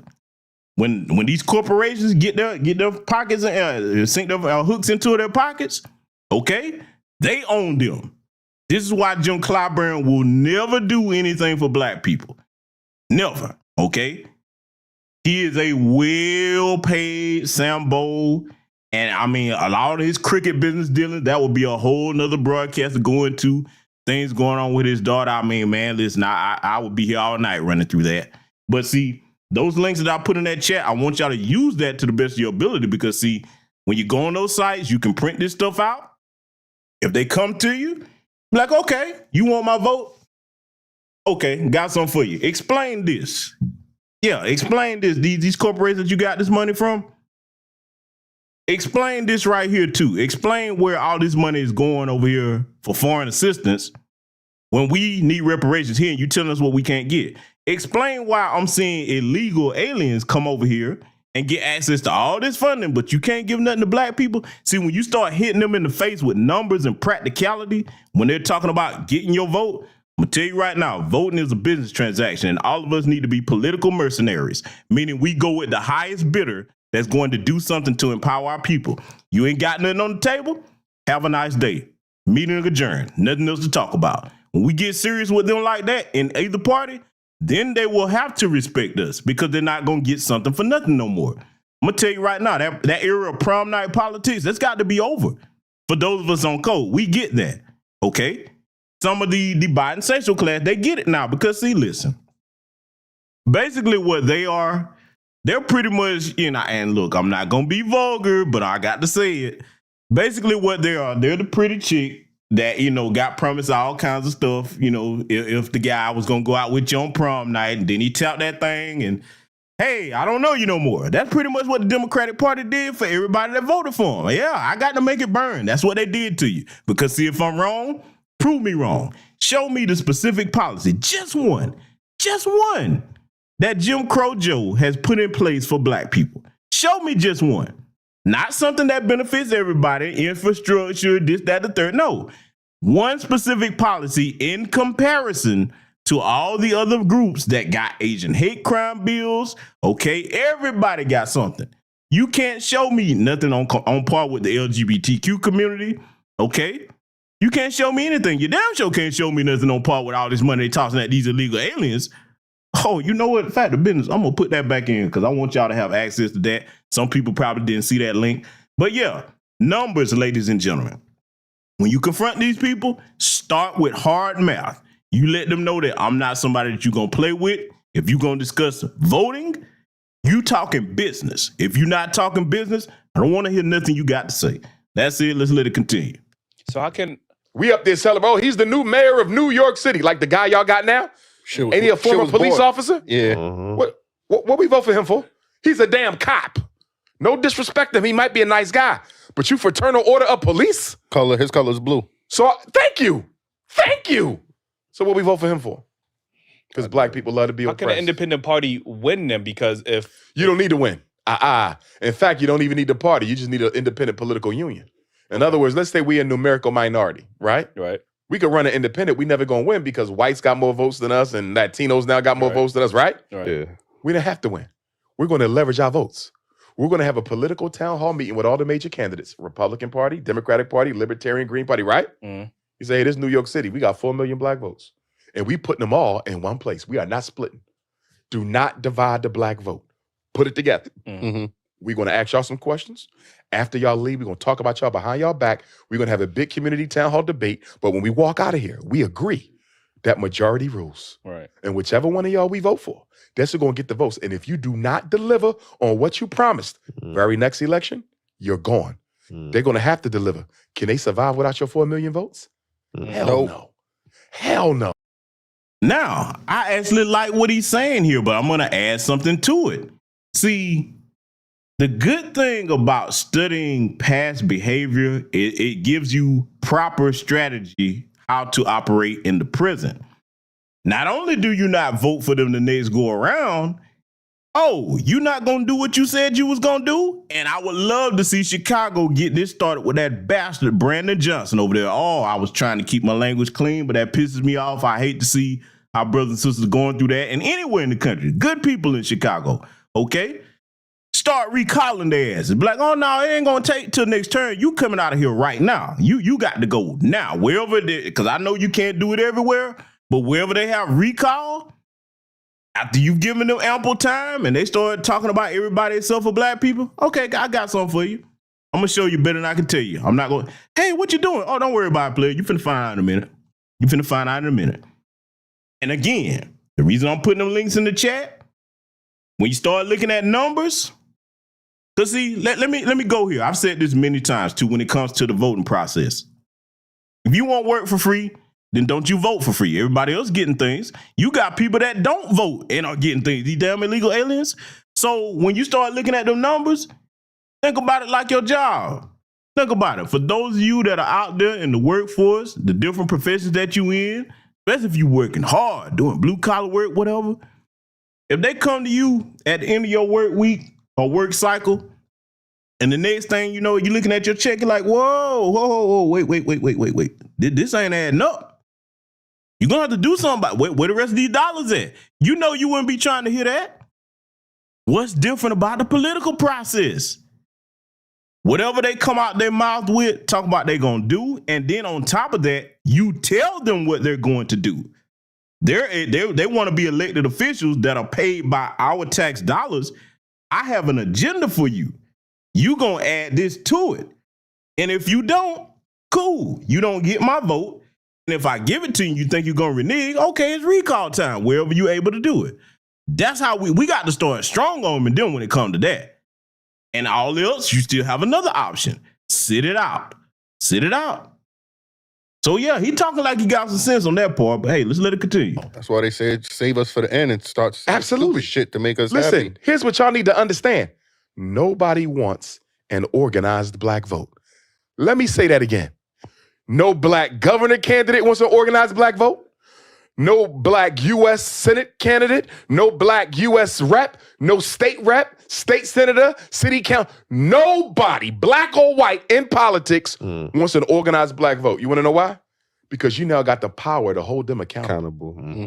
If we was organized, your mayor would have to go to war with the police department on our behalf. He wouldn't have a choice, or he's going to be unseated. Do you understand me? You think he wants y'all to be organized?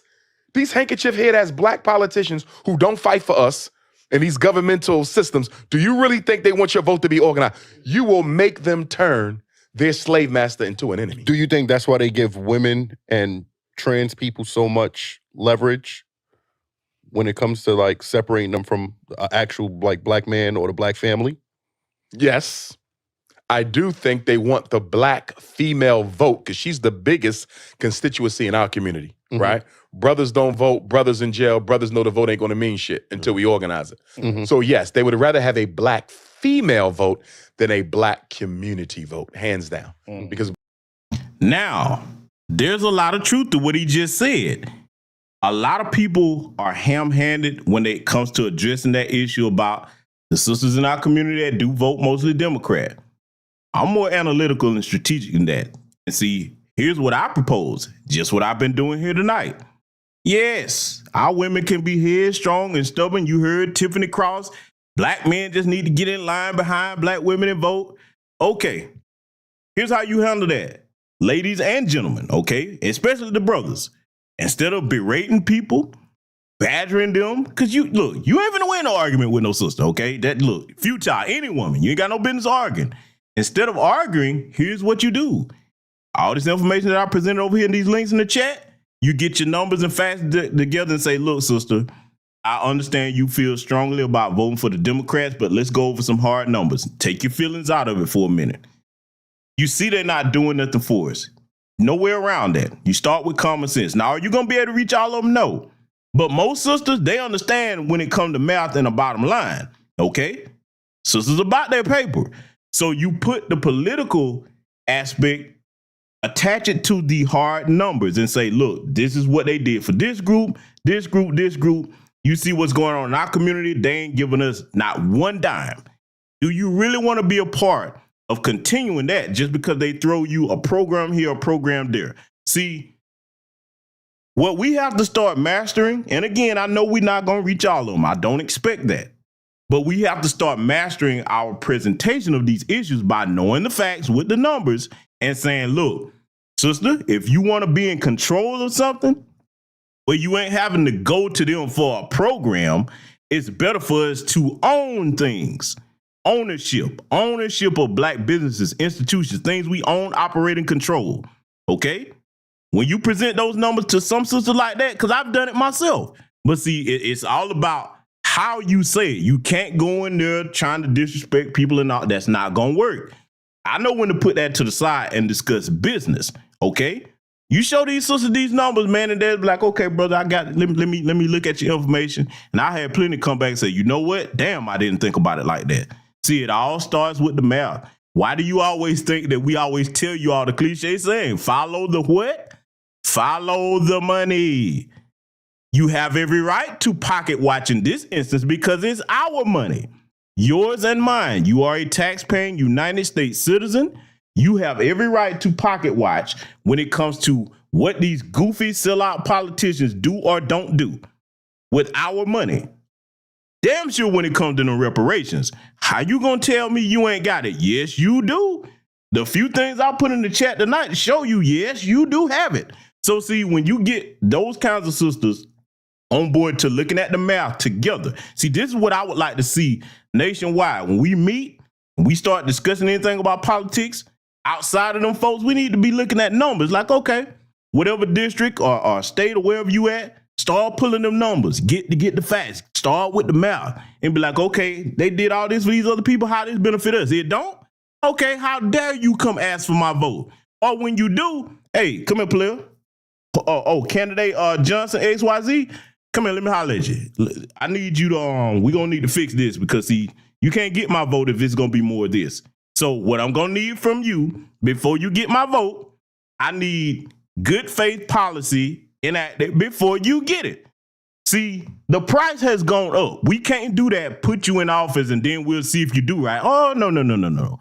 You're going to go bring me some policy before you get my vote. That's the way we need to be thinking now. Because, see, we placed too much good faith in you, hoping you were going to do right. So now the price got to go up. We're going to need some collateral. In other words, we need political collateral.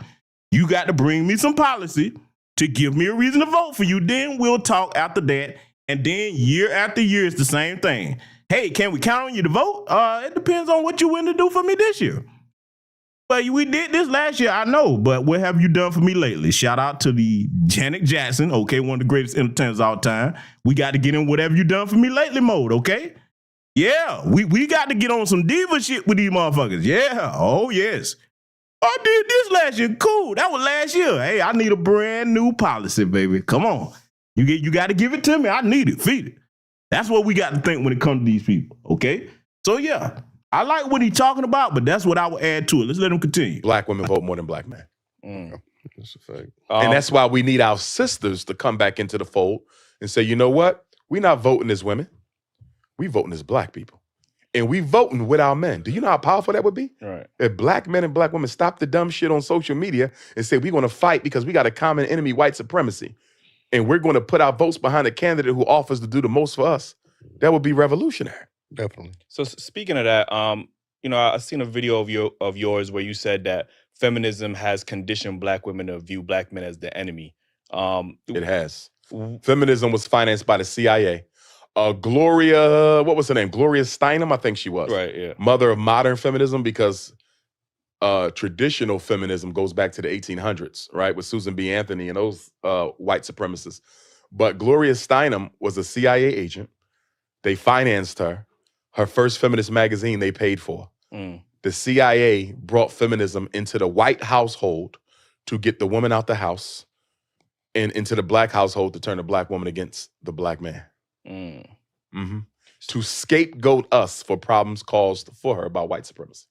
So, obviously, a big thing, obviously, we spoke about the gender wars, earlier. Obviously, there's a lot of conversation nowadays about the value of what a woman brings and the value of what a man brings in a relationship. And now there's a lot more rhetoric from our women that we hear is, I'm strong, independent, I don't need no man, right? So, that's pain speaking, though. Right. Because most black women know they will never get a man. A black woman can have sex whenever she wants. Right. Because she's beautiful. She can have a bed mate, but to have a soul mate, she may never get. I have two daughters, 11 and 20. Right? My oldest would be 21 this week. Statistically, right? There's a strong chance my daughter could be one of those. I hope she's not. She could be one of those who never get a husband because only 1 out of 4 gets a husband. You see that? So when a black woman says, I don't need a man, that is a reaction to the reality that I may not get a man. So why not preach? Because I understood, you're obviously against interracial relations when it comes to black men with with white women. With all women. You should only be with the black woman. And you will say, well, if you can't find a good woman in America, there's somewhere else. In Absolutely. Africa. So why not teach that same rhetoric to our women? Like if you feel I tell sisters all the time, go to Africa. So I know sisters who marry. I just spoke with a sister. She invited me to the wedding. She just married a brother from the continent.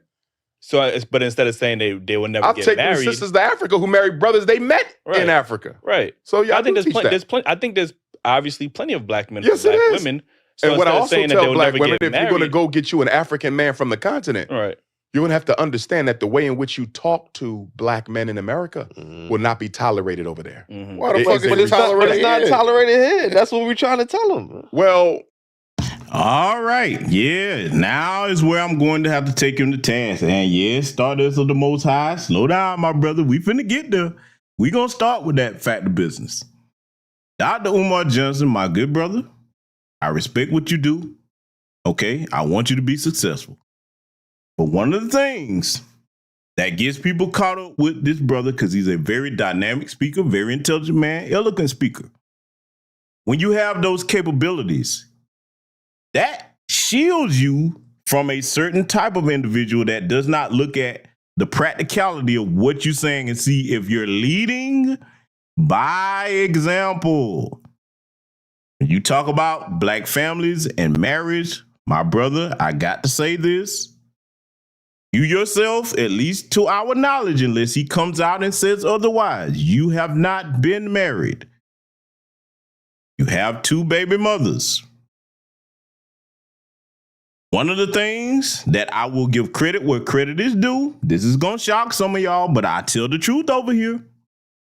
I have been very vocal and clear during the time that the departed brother, Kevin Samuels, was alive, my disagreements with certain things he had as far as his political ideology and things on race. He did not talk about those things in great detail on his main channel. He talked about that on other people's platforms. One thing I will have to give Kevin Samuels credit for is he was married twice. Did it work out? No. He could say that he did it though. You see what I'm saying? So see, you got to look, when you stand on truth and take your emotions out of it, I got to give Kevin credit for that. He tried and failed. Didn't work out rather. He had the experiences. You yourself, my brother, with all this knowledge that you haven't done it yet. So now, to address the point that he was making, where he was talking about telling your sisters to go overseas, to get with African men, I have no issue with that because, hey, as long as you are not a coon from anywhere in the global black diaspora, man, I like to see black people come together and form families and marriages. What we must address, though, is what the young brothers were saying when it comes to Umar saying, okay, if you go get you a continental African brother, you ain't going to be able to talk to them the same way. Brother, they're not going to be able to talk to good men that are respect worthy here any kind of way either. Let me tell y'all something right now. I love my sister to death. I do. But you're not going to talk to me disrespectfully if I have not disrespected you. Respect is not optional with me because I carry myself with respect. I work hard to be a respectable man, so it is mandatory. Now, when it comes to dealing with any woman in a relationship, if the respect is gone, so am I. Brother Umar, you cannot tell young black men here that, okay, well, they got to go respect African man, but you're not going to respect the foundational black American freedman man. No, sir. If he fits the bill to be respected, because we're not talking about the homosexuals. All black men are not worthy of respect, just like all black women are not worthy of respect. But if he fits the bill, my brother, you going to have to tell them to get their behavior line. Because he does address them, but he softs you with it. And the reason why he softs you with it, because he knows that's where the greater majority of his financial supporters come from. I get it. This is where him and Derek Jackson are very similar. I told you, I can respect the brother, but give an honest critique. You're very similar. You like to tickle women's ears and tell them what they want to hear instead of what they need to hear, which is the truth. And we don't always like the truth, but the truth shall what? Set you free. The truth is empowering, okay? When you build anything that you're doing from a foundation of truth, it will be strong.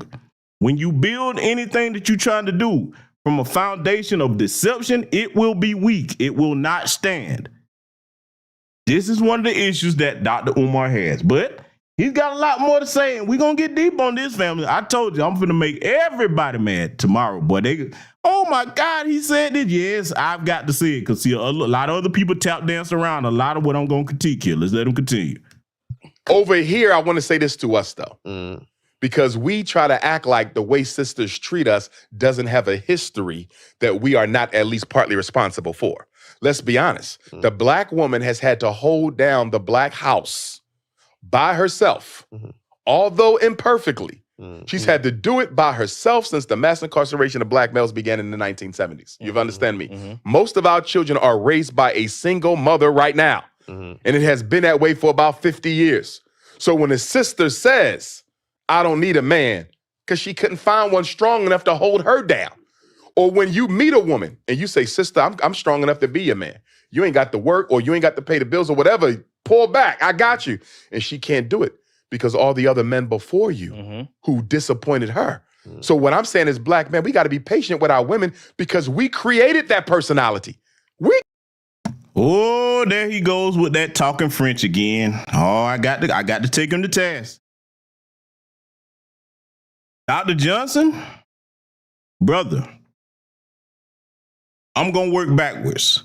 You started speaking French, the we. Listen to me very carefully, especially young black men. We, since he wants to use French, are not responsible for the choices that women have made if they chose poorly. You are only responsible for what you do to that woman or women. That's all you're responsible for. Because see, Dr. Umar, when you push that rhetoric that you pushing here, and he gonna get wild with it, but I'm gonna be right on his heels with common sense points to debunk it. When you push that rhetoric, this is where you hurt women, like Derrick Jackson or Jump Off Jackson, as I call him. That means you take the agency from women as if they're too silly to be accountable for the decisions that they make. Because unless you force yourself on a woman, she chooses who she entertains. Now, if she has a track record of choosing poorly, just like the men, because that applies to us as well. If you keep choosing the same type of person over and over and over and over, at some point, you got to look at you. What is it about you that either likes that type of person, or what is it about you that keeps attracting that type of person? Are you looking for a quality mate in a place where there is not one quality to choose from? You don't meet quality people in the club, okay? That's not where you go. A club is for what? Entertainment. You got some people out here looking in places like that, men and women expecting to find quality mates. That's thinking like a child. So no, Umar, no, my brother. You're not going to pull that, and you're not going to pull this whole thing, because what you said about the crime bill, since 1976, Joe Biden's name has been on every crime bill. It was called Biden's Law, by the way, for those that don't know that little fun fact. That did have an impact on us. Oh, yes, that devastated the black community and families, okay? That did. But to sit here and say every single woman that's in that situation is because of that, that would be very disingenuous. Dr. Umar, where you do women a disservice at, you don't hold them accountable for choosing to overlook quality men. Because a lot of women have had quality men approach them and say, hey, look, I want to see what's going on. Can we make something work? Nope. They ignored it. One, because they thought they had more time than they actually do to secure a good mate. And then they said to themselves, oh, well, hell, I can come back to you when I want to because I got all these dudes after me. And then they go over to the good for nothing dudes that ain't got nothing going on. Then you go get pregnant by him. He didn't even give you the highest honor he could give you, which is his last name. Okay. But you give him the highest honor that you could give him, which is a child. Then you want to double back to the responsible guys? No, sir. And most women that value their sons, they don't want their sons settling for that either. Oh, we gonna get deep on this. I mean, I told you, I'm finna make some folks mad.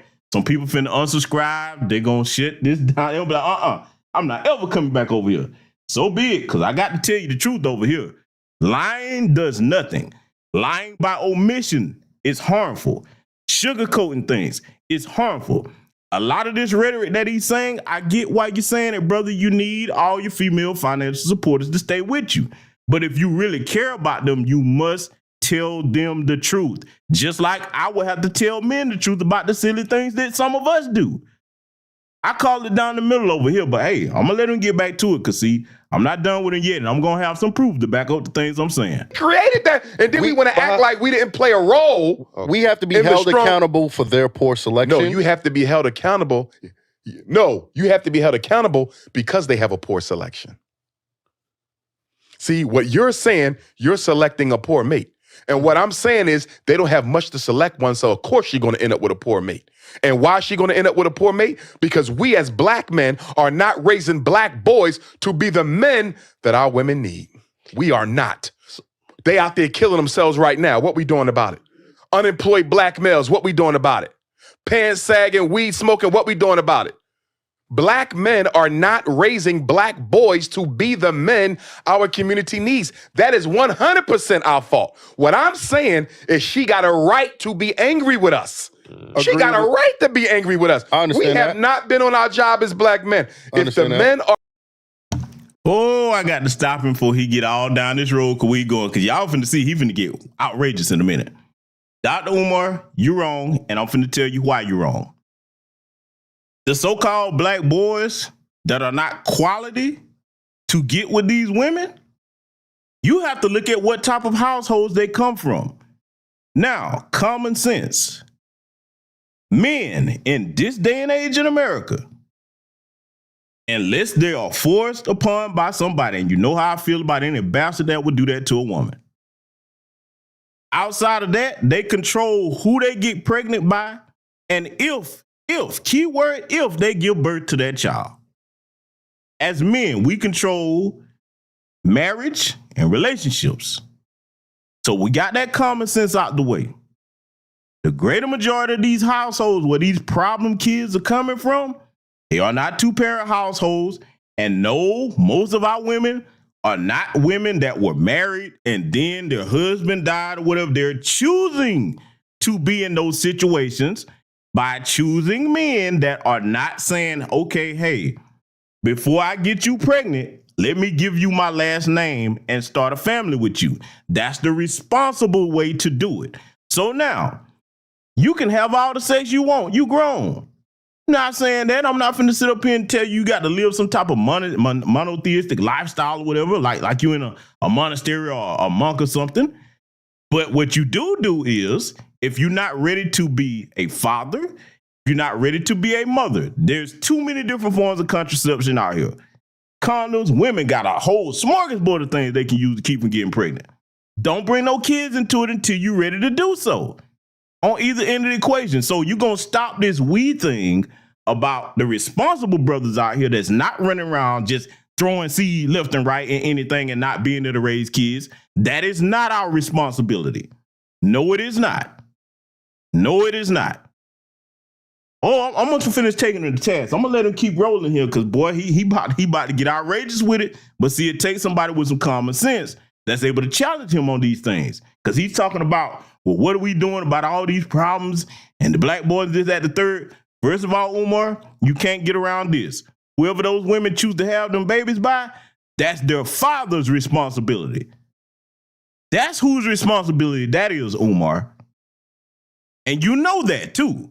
This is not a dumb man, family. So, yeah, I'm going to take him to task in a fair way. And I'm not going to twist none of his words. Just let it continue. Are the providers?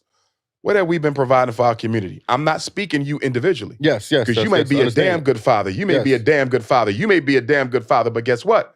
What are we doing for the community? What are we doing for the children who don't have a father? You don't think the black woman got a right to be angry when she's been raising 2/3 of the kids by herself for 50 years? She's got a right to be angry for those women that it applies to, because I'm not going to put all women in the same boat. A lot of our sisters had sense enough not to do that. But for the ones that did, yeah, she got a right to be angry. You know who at? Two people. Her for letting that no good Negro get her pregnant when he didn't marry her and form a family, and the no good Negro that ain't taking care of his kids. You do not have the right to blame me or be angry at me when I didn't impregnate you. I am not responsible for another man's children. Now, if I choose to give my time of my own volition, if I have it, yes, I can do that, but I'm not obligated to do it. Umar, you made a statement on one of your Instagram lives, and you had the nerve to say that black men that are married to wives and take care of their children, you call those brothers sorry and no good because they're not going out trying to raise other people's kids. First and foremost, a good husband and head of household takes care of his home first. It is not fair to his wife and children to go put other people's children ahead of their family.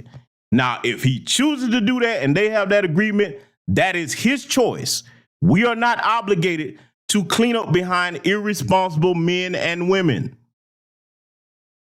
Umar, where you do women a disservice, the ones of them that this applies to, that run around out here having kids by any and everybody that's not interested in forming a family, I'm going to make this plain, and this is going to hurt some feelings, but I'm a man, and I tell the truth over here.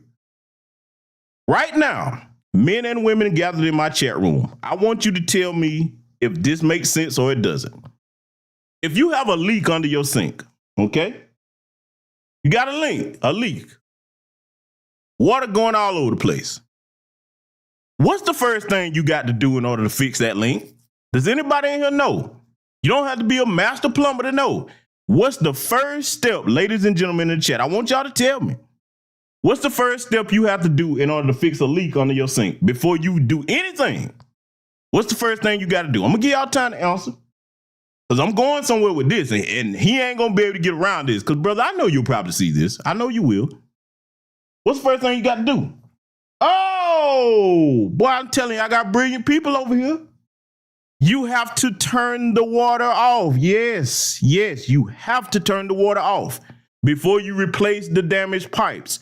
So now, why did I say that? Umar, this is where you're irresponsible with your rhetoric. If you claim to love black women, the ones that this applies to, then you must tell them, hey, if you're already a single mother, you can't change the past. But what your responsibility is now to tell other younger women, hey, sis, don't do this if you're not married to a husband that provides for you and your family. See, Umar, the reason why I give you the analogy about the sink and turning off the water before you fix that pipe, if we just say, okay, we'll just take care of, if we had the resources to do it, first of all, but if we started just taking care of all these kids that these irresponsible women go have with these little homosexual clowns that's not interested in starting a family, what's the incentive for them to change their behavior?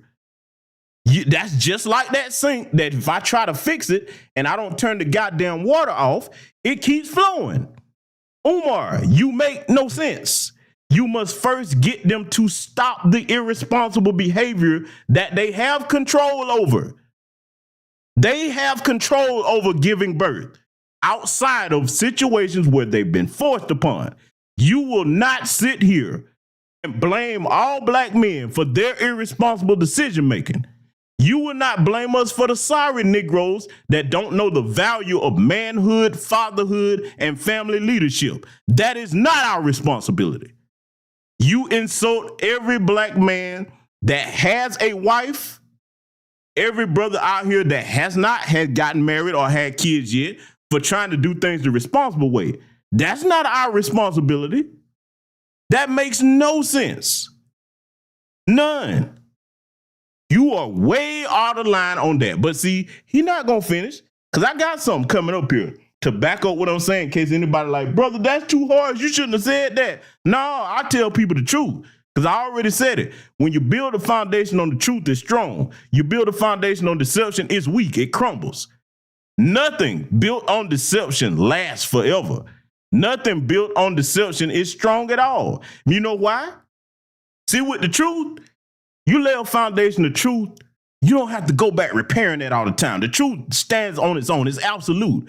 Deception, you got to tell another lie, another lie, another lie. You on a constant cycle, a hamster wheel of lies. Brother, you intelligent enough to know that. This is where you, Derek Jackson, Ace Metaphor, and all the rest of them, you try to turn women into children and take the responsibility off of them. Family, before I let them continue, you want me to give you another analogy that makes sense when it comes to both halves of the problems in our community? Y'all ready for this? Are you ready? Because I know I done pissed them off. I'm finna make them even madder, though. I'm finna make them mad. Oh, yes. All the irresponsible people are about to be very angry at me. Can I make them mad one more time, family? Can I do it? Can I do it? Can I make them mad one more time? Because I look, I'm on a roll. I may as well go ahead and piss them all the way off with some common sense. Let me tell you another analogy, because this is common sense. When it comes to our community problems in Black America as a whole, think about a car with 4 flat tires, okay? You only fixed 2 of the flat tires on one side. Now, can the car move? Yes, it's mobile. But can it move at the same speed as other cars with all their tires intact that are not flat? No, it cannot. So when you always try to put all the blame on the men as if the women are just big overgrown children, because that's what you're doing, you handicap us and we're just like that car with 4 flat tires and you only fix 2 on one side. That car is not going to move at an efficient speed. It's not going to be efficient at managing fuel, and it's going to be a total drag. Oh, yeah. See, there's no way around that, man. No, Umar, that is not how you help women. There's a way to present the truth to somebody without being vulgar or rude, but what I said is common sense, and I'm going to let him get down the road before I play something else here, because, see, Umar doesn't ever address these things in that fashion that I just said. He panders a lot. That is not male leadership, Umar. Male leadership is me or you or any foundational Black American man looking at a problem and saying, okay, if I'm wrong, I got to fix this. If she's wrong, she's got to fix that. And there are some things that as the man, it's responsible for us to call out, but our sisters must get together and say, okay, sisters, we got to fix this. Case in point, I'll give you an example of that. One of the main situations that we can call out as men, but the sisters are going to have to fix, all these women that we see, every time we turn around, they got their big stinking rotten asses twerking on young kids, the Suki Hunters and all the rest of them. I can point it out as a man, but what needs to be the standard for the sisters in the community that love Black children, they should stomp their asses out every time they see them. Then it'll stop. Can you imagine every time they got ready to do it? Oh, you a pedophile, bitch? I got something for you. Put hands and feet on her ass. Watch that shit stop. Because see, in case anybody said, GBS, you're going too far. You shouldn't. What's the big deal? I'm going to show you what the big deal is. When children are young, they're developing psychologically. If you take a young boy and he's being over-sexualized by a grown-ass, musky-behind, pedophile female, here's the problems that causes. One, it damages that boy psychologically. He doesn't understand his place because he's been introduced to something too soon. And then when he goes to school with other little girl classmates, now he's touching on them and trying to do sexual things to him because this perverted female predator was doing it to him. This is why that's a problem. I can point it out, but our sisters gonna have to get serious about that crap because they can fix it. I'm talking about it should be waves of women. Oh, come here, bitch. Grab you by your raggedy, funky ass weave and beat your ass. Watch it stop. But hey, you know, Umar ain't gonna address that. I'm gonna let him continue because like I said, I ain't done with him by sight. And the minute she raised her voice, we say she not humble enough. She had to become masculine to survive the rape, the molestation, the domestic abuse. Are you telling me you can't see how we created that? I understand that, but she needs to be more If we was loving selective. our women and taking care of our women, do you think she would be like that? That personality has a history. If she's picking Pookie and Ray Ray instead of You're making her a scapegoat. No, she's picking a scapegoat. No. There's good quality men that they ignore. Why she even got it? Why is there even a Pookie in the selection? You gotta ask her that. No. I'm gonna tell you why there's a Pookie in the selection. Wow. Because Black men have abandoned Black boys and have allowed social media, white media, athletes, and rappers to raise them. That's why she with Pookie. Nonsense. And see, these young brothers, no disrespect to the Daily Wrap-Up crew, they were not intellectually sound enough to challenge him. I'm going to show you why he's wrong. First of all, this weed thing, all Black men are not running off on their families like that. Those women are choosing to procreate with men that do it. Okay, Umar, you can't get around that. You keep trying to shift responsibility and accountability away from them for their choices. Women are not robots or automatons. They choose the things they want to do, especially here in the Western world and America. The minute that you tried to overlook that, we'll just put it all on the men. No. You can't do that, Umar. You can't do it. You can't do it and sound intelligent. And you're a very intelligent man, and you do yourself a disservice when you try to take these types of talking points. Now, I've seen a lot of people try to make the argument that he had a point. No, you do not, brother. You don't. Because see, right now, I got to go here. Umar, you didn't make either one of your baby mamas a wife. You didn't. So when you start talking about this particular issue, people look at you as a hypocrite because that's what you are. I don't hate you. I can never hate anybody by presenting the truth. If you know all of this, why didn't you marry at least one of the women that you had children by? In some ways, you would be the version of an educated Pookie. Yes, we have to go there. I want you to be successful in everything you're doing. But I have to look at you when you start pointing all these fingers. You got some fingers pointing back at you. If you had an intact black family, you would almost have a leg to stand on. You would still be wrong about us being responsible for other people's poor choices. Because see, let's make it make sense. You saying that we're responsible because she doesn't have black men to choose from. Which of us in here would be okay with someone else committing a crime in our family, but we got to go serve the time for it? Did you know in North Korea it's like that? In North Korea, old Kim Jong-un over there, hey, if somebody in your family commit a crime and they can't catch them, guess who finna do the time? The next of kin. Come on, buddy, let's go. They'll put your whole family in a work camp. I'm not being facetious. Boy, that Kim Jong-un is a beast over there, boy. Boy, I feel bad for them poor little North Korean people, boy. I do, because, boy, they are living in literal hell over there. Now, those are the ones that should be trying to run away from a nation. Boy, y'all don't know the half.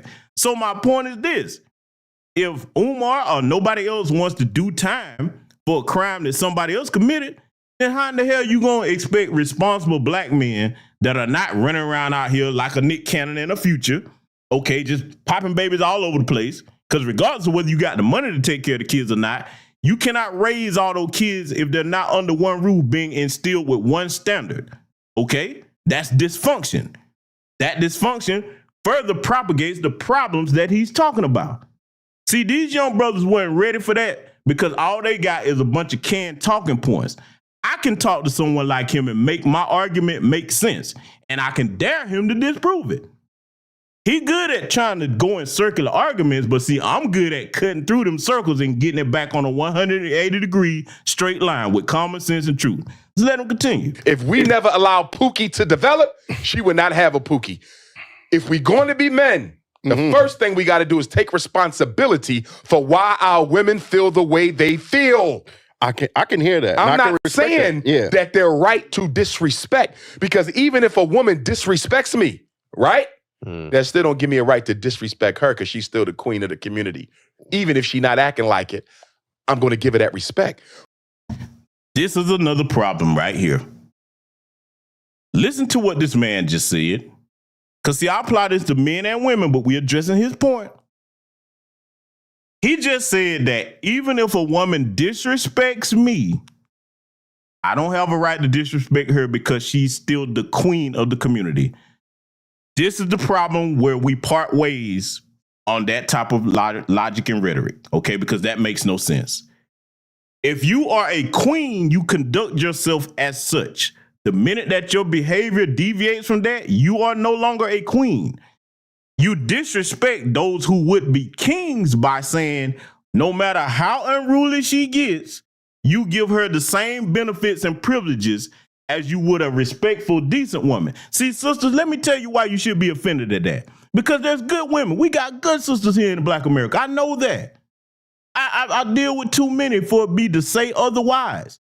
For those of you in the good sister category, you know you carry yourself with dignity, respect. You try to be the type of person that you would want in a mate. Is it fair for any man to give the women like the Suki Hunters and XYZ the Glorrillas. Think about it. I'm naming names. I don't care if they get mad because I got to teach over here the right way. Would it be fair to you if good, upstanding black men gave the Suki Hunters and the Glorrillas and the Cardi B's the same respect that you are due when the bitch hadn't earned it? How that work? You should be completely offended if that was the case. But see, we don't by and large. You know why? Because most men with sense, except with the exception of that goofball Offset, I'm gonna tear his ass up probably sometime later on too. Oh, don't worry, I'm gonna cover it.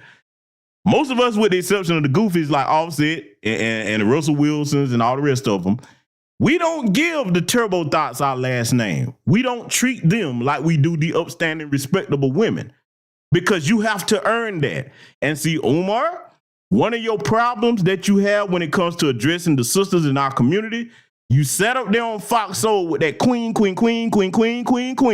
and then you couldn't even tell that you was talking to a biological man. You made yourself look silly. Salute to my good brother, Dewan B, because he wasn't doing that. Dewan B was just having a respectful, normal conversation. He was courteous. He was making his points. He didn't do all that queen. See, let me make it even further. Let me make it stick even further. How many people in here would go get a puppy? Oh yeah, I'm going here with it. We'll go get a puppy. And then that puppy just peeing and pooping everywhere. Okay, now you done take measures to potty train this puppy, make sure it know where and where not to go in the house and all that. But the puppy say, oh, screw that. I'm just going to keep going anywhere. Are you going to keep giving that puppy the same privileges as if you would if it wasn't doing that? Because see, basically, Umar, what you're doing is you asking people, brothers, to ignore the big overgrown puppy pooping in the middle of the carpet, and you want us all to walk around the turds like, what's that? I don't smell nothing. No, Negro. It's poop in the middle of the carpet. This must be cleaned up. Bad dog, yes.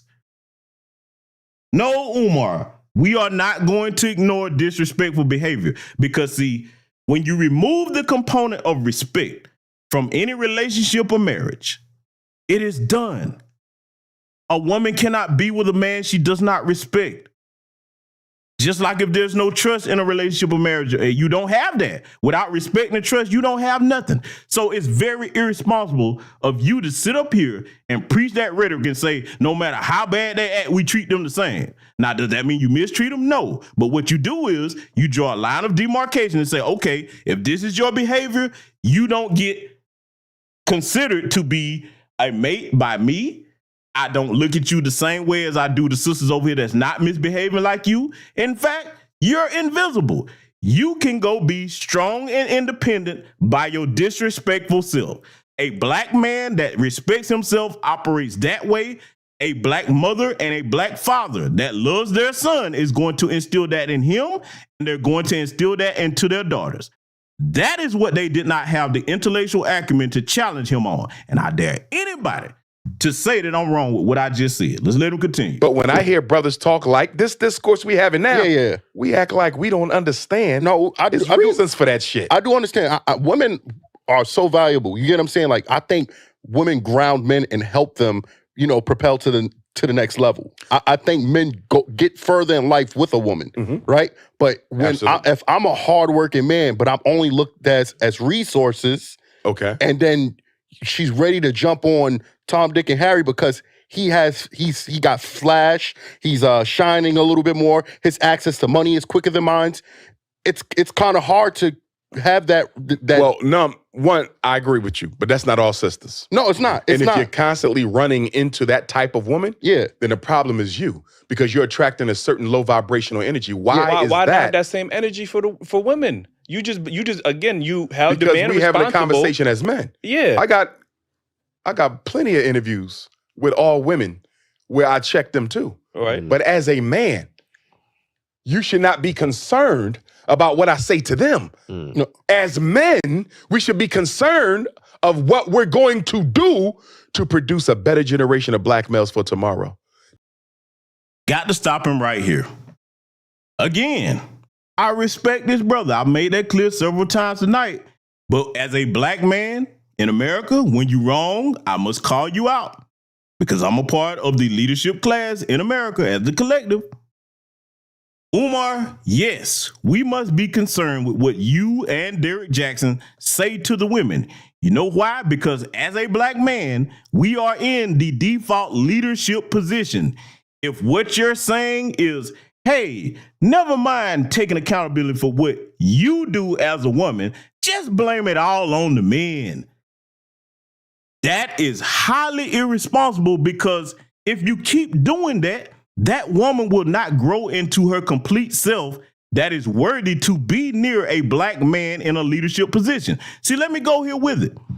Let's just say we got our shit together tomorrow, overnight, okay? Man, we got everything going. We owning, operating, controlling everything we need to control, but you leave their behavior unchecked. Are they going to be worthy wives and mothers to the men that have gone and gotten their shit together, Umar? See, this is a team you talking about when you're talking about a family. Man, husband, woman, wife. Both of us must be responsible with our contributions to that business arrangement and to that family in order for it to grow up with healthy, functioning children. Your irresponsible rhetoric and your not wanting to offend black women by saying, put it all on the men. You sound silly. They're grown. They are not children. Let me go a step further. A man that really loves a woman is going to tell her the truth even when she's wrong, because if you are the one that I picked to be at my side, I need us both to see clearly. What if something happens to me? If something happens to me and I've not instilled in you how to deal with reality, you're going to fail our children. After I'm gone, you all they got. You may not get another man like me. So if I go, I must leave behind the right values in my woman. And that means correcting her when she's wrong. And she must do the same to me as her husband, because we're not always right as men. See, when you operate as a team, you care about everybody on the team. You need to understand what your role is on the team. If anybody that's ever played sports, if you get something wrong, y'all lose a game, series, championship, whatever, when you get back in that locker room, what that coach do? Light into everybody. Everybody got to get it. Hey, you dropped the ball over here. You wasn't on defense over here. You see what I'm saying? You got to tell the truth. You can't keep doing this lying by omission. That does not help women at all, Umar. It just doesn't. See, them young brothers weren't ready for him. I would have said everything I'm saying to him over here tonight, right there in person in that studio. So let him continue. That's the only that is where we should be focusing. Women bring the choice of life, right? We understand that, right? I can't have a child unless a woman agrees. And she can't carry one if you didn't put it in her. I agree with that 100% too, right? But whether or not, if you want that child or not, she can still make that decision. Only nothing else happens. And no woman can make you put a seed in her. So the original act was the responsibility of a man. True.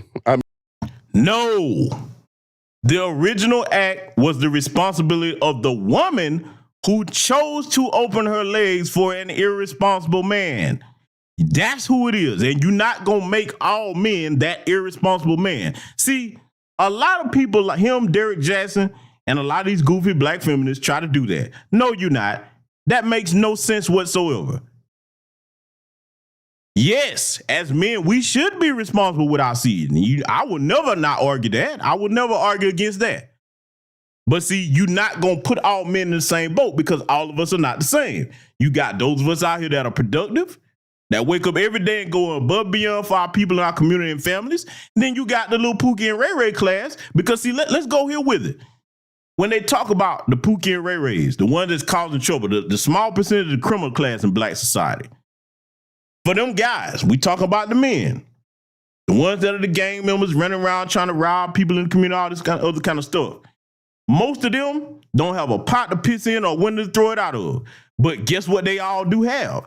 All of them have some ignorant heifer who will let their ass go lay up in their house. His name ain't on shit. Yes, they provide havens for them. Pookie and Ray Ray ain't got no good credit. Pookie Pookie and Ray Ray don't own no homes. Pookie and Ray Ray a lot of time don't even own a damn car. So Umar, when you gonna address that half of the problem, my brother, if you really want to fix it? See, I'm the wrong one to play with that foolishness. Oh yeah, I'm gonna let him get back to it though. All right. So, did black men willingly leave the household, or was it the system that was? It was systemic. All right. So how if we giving them grace for them having to do it without us, but it wasn't our fault? How are we not getting that same grace and that same respect? I'm gonna tell you why. Why? I'm gonna tell you why. Because black men, as the leaders of the community, now we can't be leaders. Here's the question we got to make. That? Here's the question. Now that's where I disagree with Young Buck at. And listen to how he said it. And Young Buck over there on the Daily Wrap Up crew, no disrespect. No man should ever say, we can't be leaders. Listen to how he said it. We can't be leaders. Boy, listen here. Let me tell you something. Nobody allows me to do anything that God has ordained me to do by default. A woman does not have the ability to tell me I cannot lead, because I'm going to lead with you or without you. Now, you can choose to be on board with my program, or you can choose to go out there and be strong and independent. But what you will not do is ever get me to utter what he just said. Now, I don't know what his father's upbringing and teaching was. You don't allow me to do nothing. I will do, with or without you. That's the way that's supposed to work. So I had to get him for that. But hey, let's let him continue. Because the argument y'all make feeds into the feminist agenda. Okay. It's an argument that says, I don't want the responsibility. I'm a leader. I don't want to fix shit. Right? Mm-hmm. I'm going to fall back and let her run everything. That's what the feminists tell. They say, look at them, making excuses for why they can't be better men, making excuses for why they can't make better men. You understand? Your argument feeds the feminist narrative. That's not what we're making excuses for. I'm saying I am the better man, but I shouldn't be held responsible because you wanted to choose a Pookie and a Ray Ray. That's not me. I work too hard in my life. And I'm going to go back to what I said. Pookie and Ray Ray shouldn't exist. And the only reason why Pookie and Ray Ray exist because we're not in the community making those boys the men they need to be. Bullshit, Umar. He was up there stuttering. Pew, pew, puke and Ray, pew, pew, puke and Ray Ray. Yeah, you were stuttering because you know that you going to do that circular argument bullshit. Umar, the Pookies and the Ray Rays come from these single mother households where they choose to be. The greater majority of them are making the choice because they're saying, hey, okay, I don't want to be nobody's wife, but I do want a baby before a certain age. Let me pick this clown. The homosexual that has to live off me and depend on me for his daily bread, and I'm going to be in control as the woman. That's what most of them are doing. Not all, but the greater majority are, okay? They choose weak, silly men that they can control.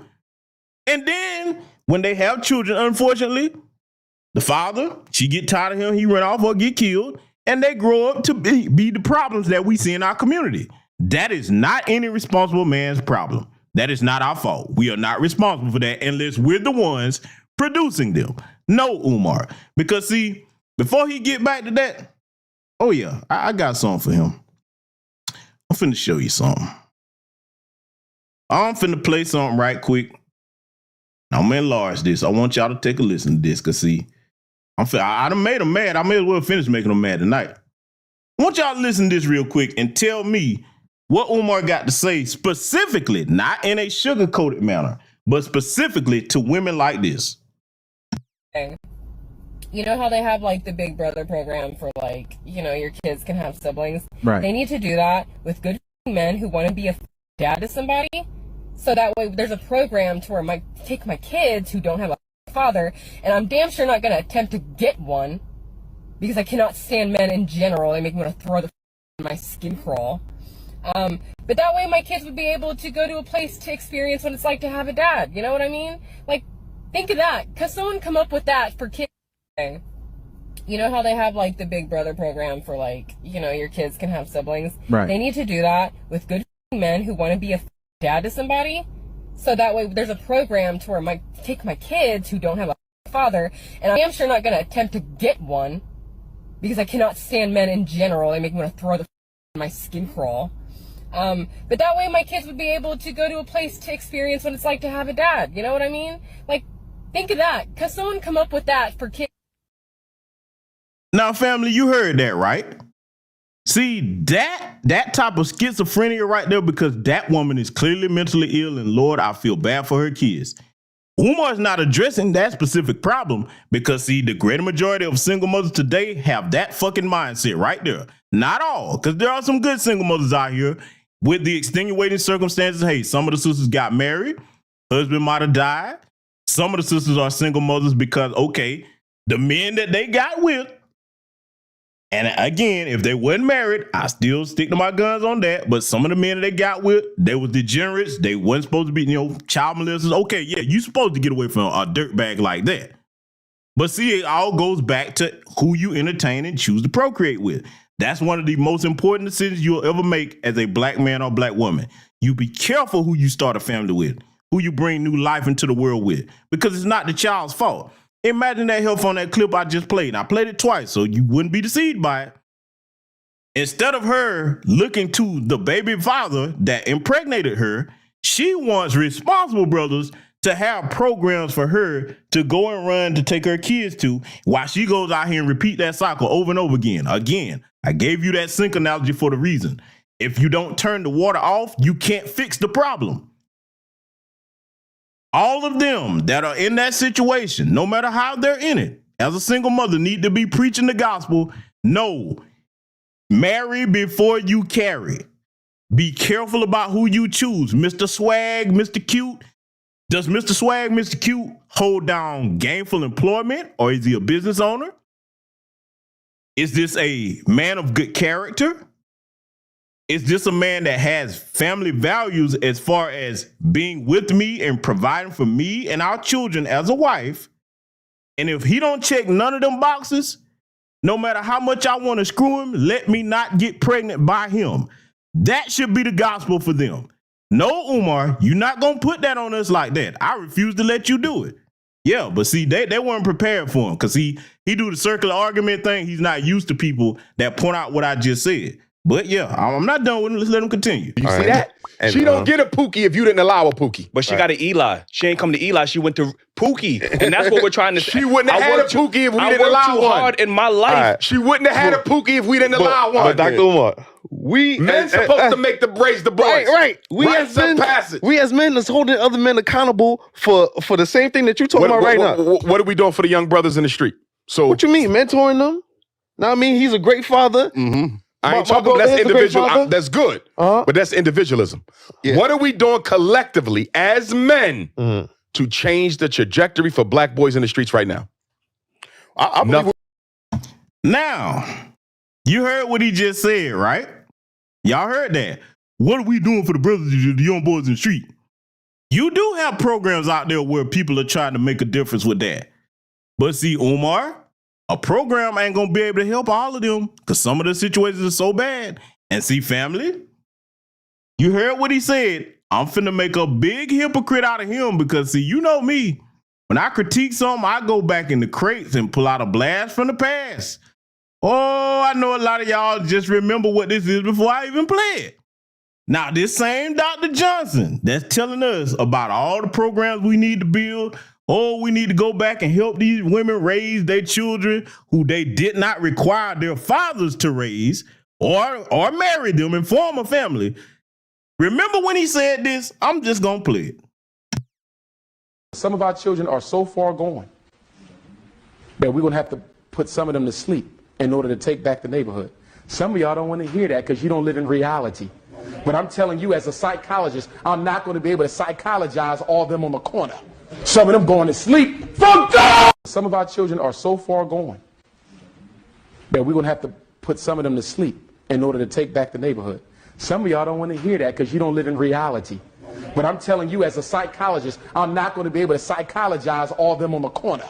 Some of them going to sleep. Fuck God! For good! Remember that? For good! That's the same Umar Johnson that's sitting up here talking this bullshit right now today. That's what you said, Umar. I didn't put words in your mouth. I guess you forgot the internet is forever, huh, brother? See, you, back then, you were more grounded in reality because you knew what it was. Today, because you trying to get funds for the school, let's just call it what it is, and your biggest donors are women, you don't want to piss them off by telling them the truth because you know that some of that is going to have to be dealt with for good, like you said. Yeah, I went there with it. See, you can't pull this stuff on people that actually pay attention and have some common sense. I am not responsible for irresponsible men's behavior. I'm not responsible for irresponsible women's irresponsible choices with who they mate and procreate with. I'm not. More power and respect to anybody that's trying to do work in the community because we do need you. I'm not saying we shouldn't have the mentoring programs. We should. But again, it goes back to, okay, if you get these programs, and a lot of times if it's grassroots funded and started, they got limited resources. So any woman that keeps going out here repeating the cycle and just compounding the error, you just like that sink that we can't turn the water off on before we fix. In other words, you say, okay, well, I got plenty of them. I'll just go out here and get me another one. 3, 4, 5 baby daddies. Okay, now after baby daddy number 1, if it didn't work out, especially you didn't require him to marry you, sit your ass down somewhere. 2, 3, 4, 5 times, just doing that on purpose without requiring marriage at all. Let me go here with it, because I told you I'm going to piss them all off tonight. If you did not require the man that put a seed in you to give you his last name and marry you and give you all the responsibilities that you should have had in a marriage, how in the hell you going to come to a man that hadn't touched you at all demanding that I do a damn thing for you? You don't have the right to demand nothing from me. It's what I choose to give you. That's how a proper, healthy, self-esteem minded black man thinks that's not out here being a part of the problem. See, he don't want to have that conversation, but hey, let's let him continue. We're being talking shit. Yeah, I mean, you could take it's not going to get better unless we put hands on deck. The reason the athletes and the rappers are the role models is the professional black man moved out the hood. Where the dentist at? He ain't in the black community no more. Where the lawyer at? Where the business owner at? Where your city council person at? We abandon black boys, and then we blame black men for poor choices in mates that they should not even have to make if we did a better job raising our boys the right way. At the end of the day, if I'm going to call myself a man, the ultimate responsibility for reconstruction of the black community rests with me. Yes, they have a role. Yes, they have responsibility. But as a man, as a leader, to say I can't fix this shit unless she changes, that's not the definition of a man. I don't. Umar.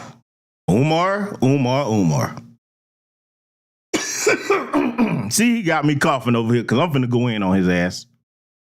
Let me get a swig of this water before I do that. Because see, y'all know I'm finna break that down. Oh, yeah. I got to get you, Umar.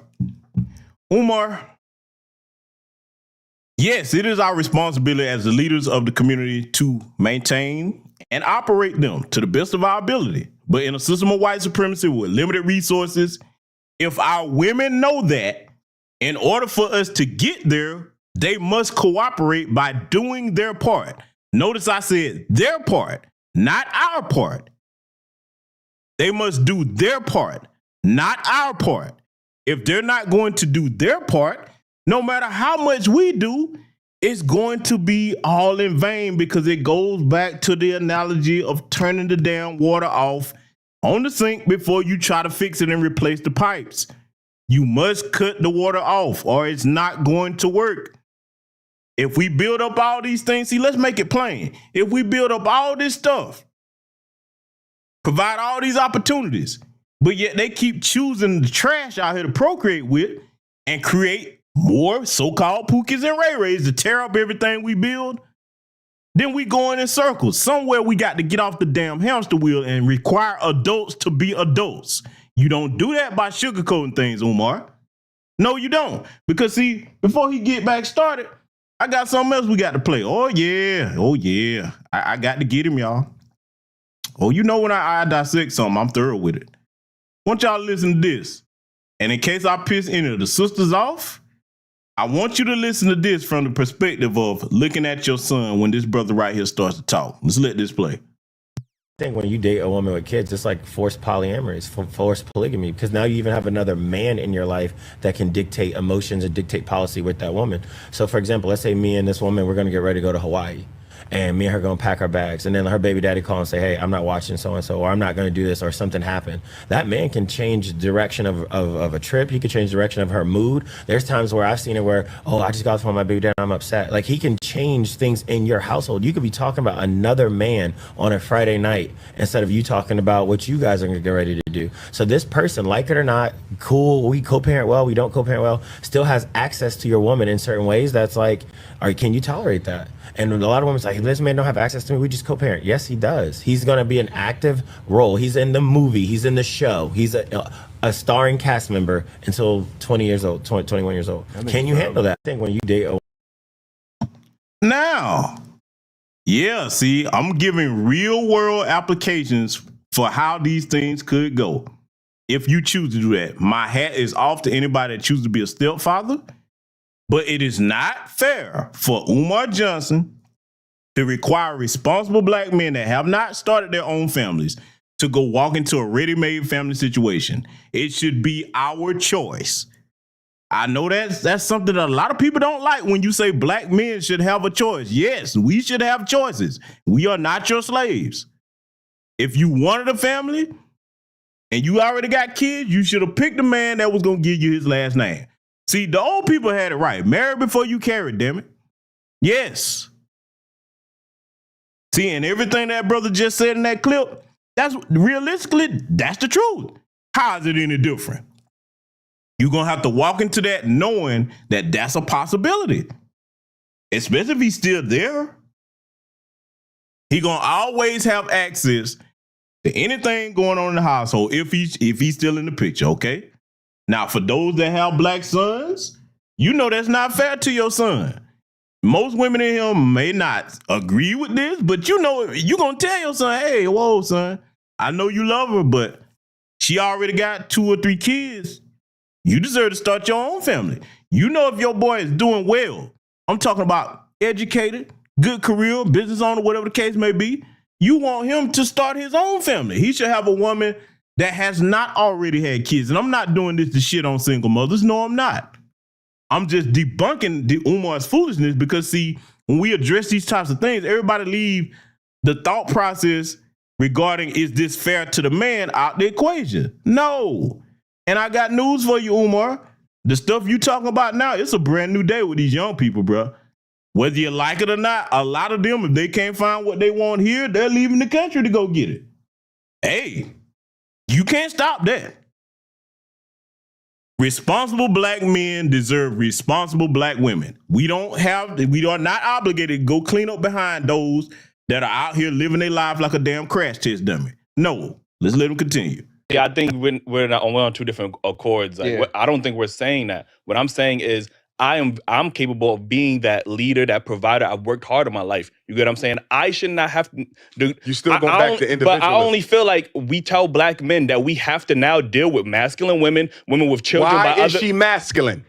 Because she's had to raise the kids alone. Not one woman, so brother. Tell me, that in most cases is a choice. So if she had to raise the kids alone, she should have thought about that before she went and got knocked up by a nigga that didn't want to form a family and marry her. Yes, Umar, that is the truth. Community. So you mean to tell me the only woman I could look forward in my life is a masculine woman that has kids by other men? No. That's what I have to look forward to? But I'm telling you, mistakes made by black men systemically gave rise to the conditions that allowed her to be masculine and made her end up with a man that you consider to be less than what he should be.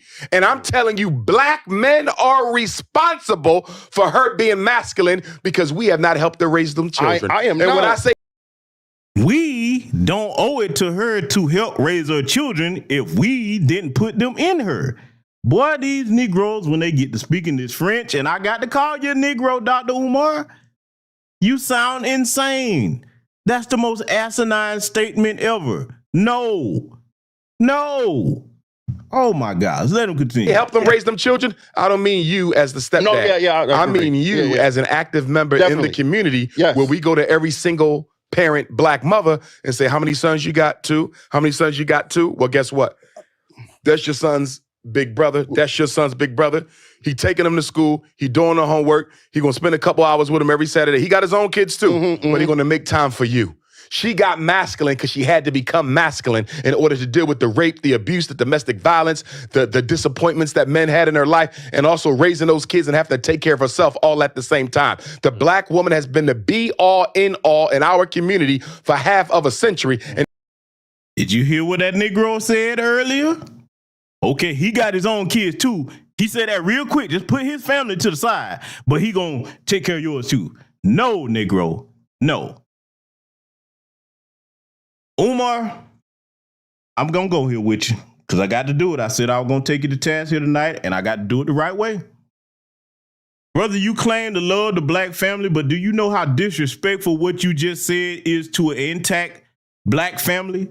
So you telling me that a woman that did everything the right way, got married, has a good husband, she's supposed to be put on the back burner so her husband, after she did things the right way now, her husband is supposed to go out here and take care of a woman that didn't have good sense like she did.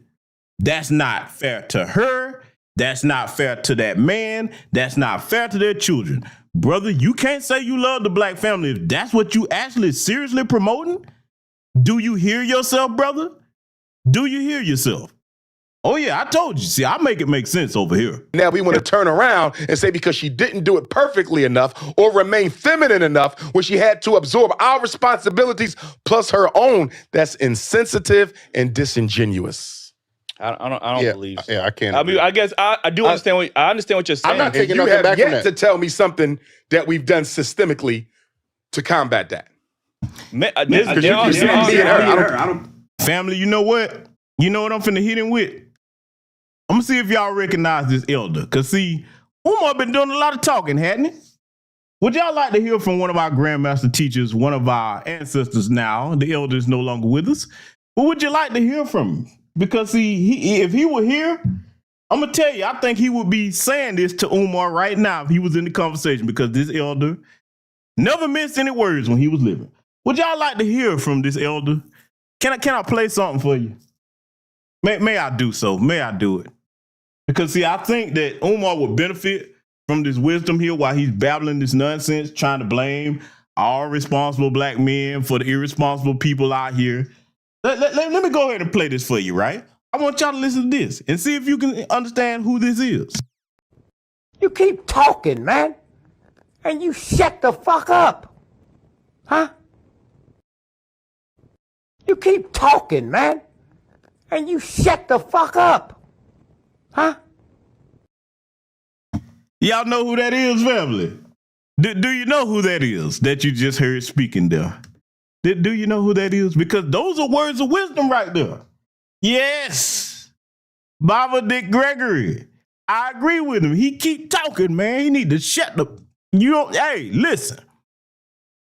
All this foolishness this man keep talking about, trying to take all the doggone responsibility and accountability away from what women choose to do.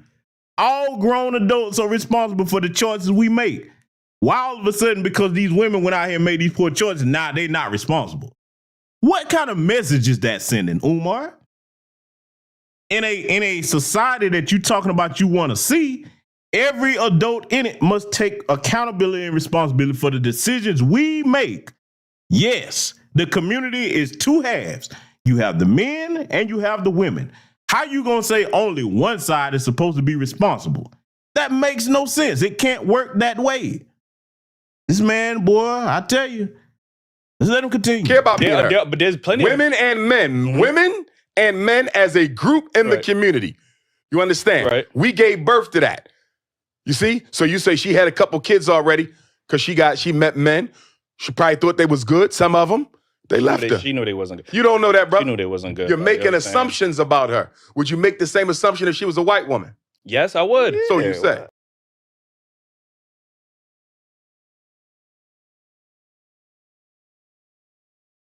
One second, dear family. 1 second.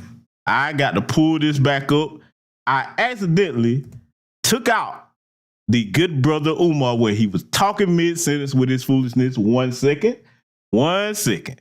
We're going to get this back up in just a second here. Give me 1 second, okay?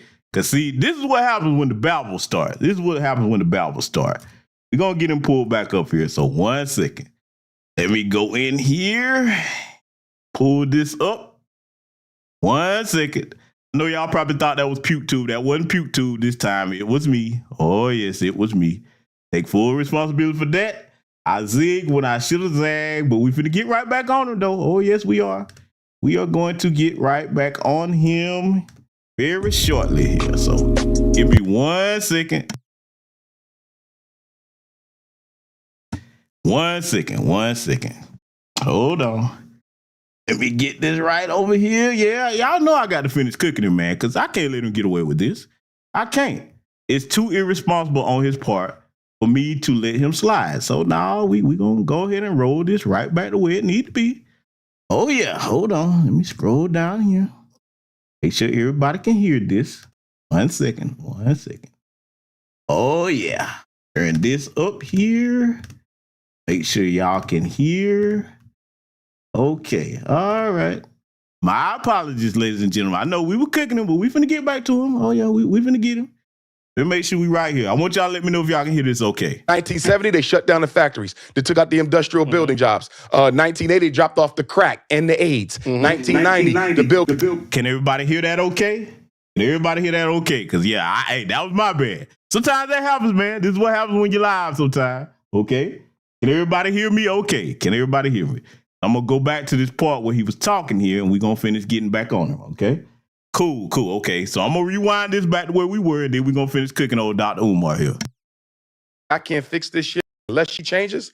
That's not the definition of a man. I don't see. I think we're on two different accords. Like, I don't think we're saying that. What I'm saying is I'm capable of being that leader, that provider. I've worked hard in my life. You get what I'm saying? I should not have to do. You still go back to individualism. But I only feel like we tell black men that we have to now deal with masculine women with children. Why is she masculine?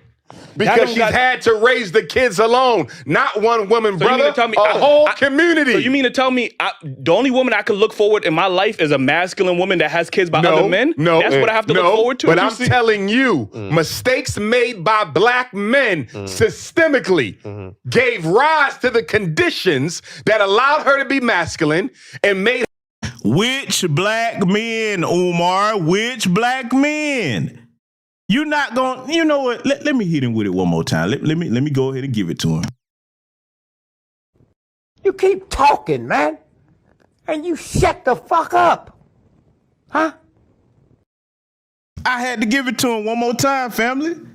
Which black men? The irresponsible ones that run off from their kids. Those are the ones you need to be addressing. Them brothers up there, if they haven't done that, you ain't got nothing to say to them or any of the rest of us that haven't done that.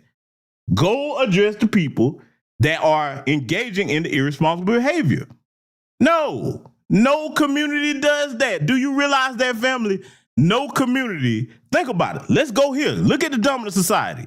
Do they take responsibility for their trash? No. You can't pay them to do that. They be like, that ain't got nothing to do with me. They stay putting that off on other people. You see what I'm saying? We the only community where we supposed to just take responsibility for the irresponsible people. No, I'm not letting them get away with that at all. End up with a man that you consider to be less than what he should be. And I'm telling you, black men are responsible for her being masculine because we have not helped her raise them children. And when I say help them raise them children, I don't mean you as the stepdad. No, I mean you as an active member in the community where we go to every single parent black mother and say, how many sons you got? 2? How many sons you got? 2? Well, guess what? That's your son's big brother. That's your son's big brother. He taking them to school. He doing the homework. He gonna spend a couple hours with him every Saturday. He got his own kids too, but he gonna make time for you. No, Umar, he can't be a responsible father to his family if he does that. Salute to the good brother Project Leroy for the cash out, my brother. You see what I'm saying? And see, I took it back to that point for a reason, because I want you to hear it. See, because look, let me tell you something, man. All the people that's arguing against what I'm saying here as far as correcting him on this, those are the people right there. And I want the women to listen to me to understand what I'm about to say. Those are the ones right there that are the problems. Those are the ones. if you do the right thing out here as a sister, Umar is telling you your husband should be on loan to the rest of the community. No, how you build better black communities is all of us who are adults take responsibility for what we do, raise our families to the best of our ability. Families help other families, not one or two people that are irresponsible have to be the burden of the rest of the community. That's not how that works. You can't sustain that even if you tried. Case in point, look at us now. This is what we've been doing. We can't sustain that. The definition of insanity is what? Doing the same thing and expecting different results. Let's let it continue. She got masculine because she had to become masculine in order to deal with the rape, the abuse, the domestic violence, the disappointments that men had in her life, and also raising those kids and having to take care of herself all at the same time. The black woman has been the be-all, end-all in our community for half of a century, and now we want to turn around and say because she didn't do it perfectly enough or remain feminine enough when she had to absorb our responsibilities plus her own, that's insensitive and disingenuous. I don't believe so. Yeah, I can't. When they choose by choice to become single mothers, they take on those burdens because they did it to themselves. When they choose that, yes, choose outside of the reasonable situations of some demonic maggot forcing themselves on a sister. I feel like your ass need to be castrated and ground to dust if you force yourself on any woman. Outside of that, no, that is a choice. Stop taking agency away from those women, Umar. Cut it out. I mean, I guess I understand what you're saying. I'm not taking You nothing have back from yet that. to tell me something that we've done systemically to combat that. Because you keep saying me and her. I don't care about me and her. But there's plenty women and men. Women and men as a group in the community. You understand? Right. We gave birth to that. You see? So you say she had a couple kids already because she met men. She probably thought they was good. Some of them, they left her. She knew they wasn't good. You don't know that, brother. She knew they wasn't good. You're bro. making You know assumptions about her. Would you make the same assumption if she was a white woman? Yes, I would. So you say. No, come on, man. Nah. Come on. All women accountable. So you say. Listen, like I said, I feel like as a black We man, don't hold them all accountable because black men date outside their race more than every other man put together. I said we. Y'all three. Yes. Okay. I love when they start doing that because, yes, that part is true. Brothers here in America do date outside our race more than more and more today, okay, in this modern era. What he's leaving out, though, is look at these numbers. Most black people in America are married to each other. For those that are married, most of us are married to each other. That little 15, 20%, that don't represent the rest. It don't, Umar. You can't get around that. See, what happens when we start bringing up them brothers that go and date outside the race, okay? A lot of them that do that, you got to start looking at your athletes and stuff before you start really seeing that, okay? The average brother, man, you ain't, look, if you do see him with somebody, go and tell the truth. He go and get him a big old sloppy fat Beckosaurus Rex. Oh, yeah, I called her what she is, a Beckosaurus Rex. Yeah, hey, you know I don't be caring about them alabastresses, man. You go get you a big old Michelin tire woman built heifer that ain't got a pot to piss in or when to throw it out of. You know what the white boys call the mud sharks? Yeah, they don't care about you getting them. Yeah, because she already knows she ain't going nowhere with white men. So, yeah, she'll lay up with you. Yeah. But see, them brothers that's got resources, them the ones that all the top tier alabastresses go after. Okay? But for the most part, most black people are married to each other. So don't go pulling that out. See, y'all should go and pick up a book called How to Lie with Statistics. See, because if you tell half truths about something, you're not giving the whole truth. You're being deceptive. And see, the one thing that I don't like about this, these are younger men. They're not prepared to deal with him and this type of rhetoric that he's spewing. I am. You can't pull the wool over my eyes. I'm grown and I have been around. I see what's going on in our community on both halves of it. You can't just call out one half, Umar. You got to address everybody. Okay. Yeah. I can't disprove that because I don't know you personally. Even that, if we look at the numbers, black men marry black women at an 87% rate, where black women marry outside of their race, or they marry outside at a 92%. Black women do not. No, you're wrong. That's percentages of you're wrong. That's not that much. Black women do not marry out the race more than black men. I'm not wrong. saying that. But the percentages ain't that far off. That's what I'm saying. Black women have one of the highest, fastest growing interracial marriage rates. But her interracial marriage rate pales in comparison to what black men have been doing interracially for 4 or 5 decades. You understand? She don't even come close to what we're doing interracially. Now, here's the part where a numbers guy has got to poop on everybody's parade. Like one of the brothers pointed out in the chat room, we have to start looking at these statistics by, okay, how many are foundational Black American freedmen, Black men and women, and how many are those outside of our lineage? Because see, when you start saying that Black women are marrying outside of race at a faster growing rate now, Zaddy is mostly marrying the tether class of women that come over here. Oh yes, Umar. You don't want to talk about that though, because you just want to lump all Black people under African. No. Most of these white men over here, yeah, they'll lay up with these sisters, but they ain't trying to marry them. The only reason that they marry the tether class is because they know that they can use them against foundational Black American society, okay? Case in point, Candace Owens. Come on now. See, you're not going to put that on Black women as a whole. No. We going to make these distinctions. I don't care who feelings they hurt. Nah, see, they weren't prepared to go there with him, though. I am. Let's let him continue. Black fathers are in the home more than any other group or race. Okay. But what that has no value? It does have value, but we're going to put that up against the other statistic. 2/3 of our kids are being raised by the women. 2/3 of our kids are being raised by the women. And like I said, when I say being raised, I'm not saying it needs to be a father. I would like a father in that house, but I know it's not enough of us to go around. Yeah. We are not even being accountable to the boys in the hood.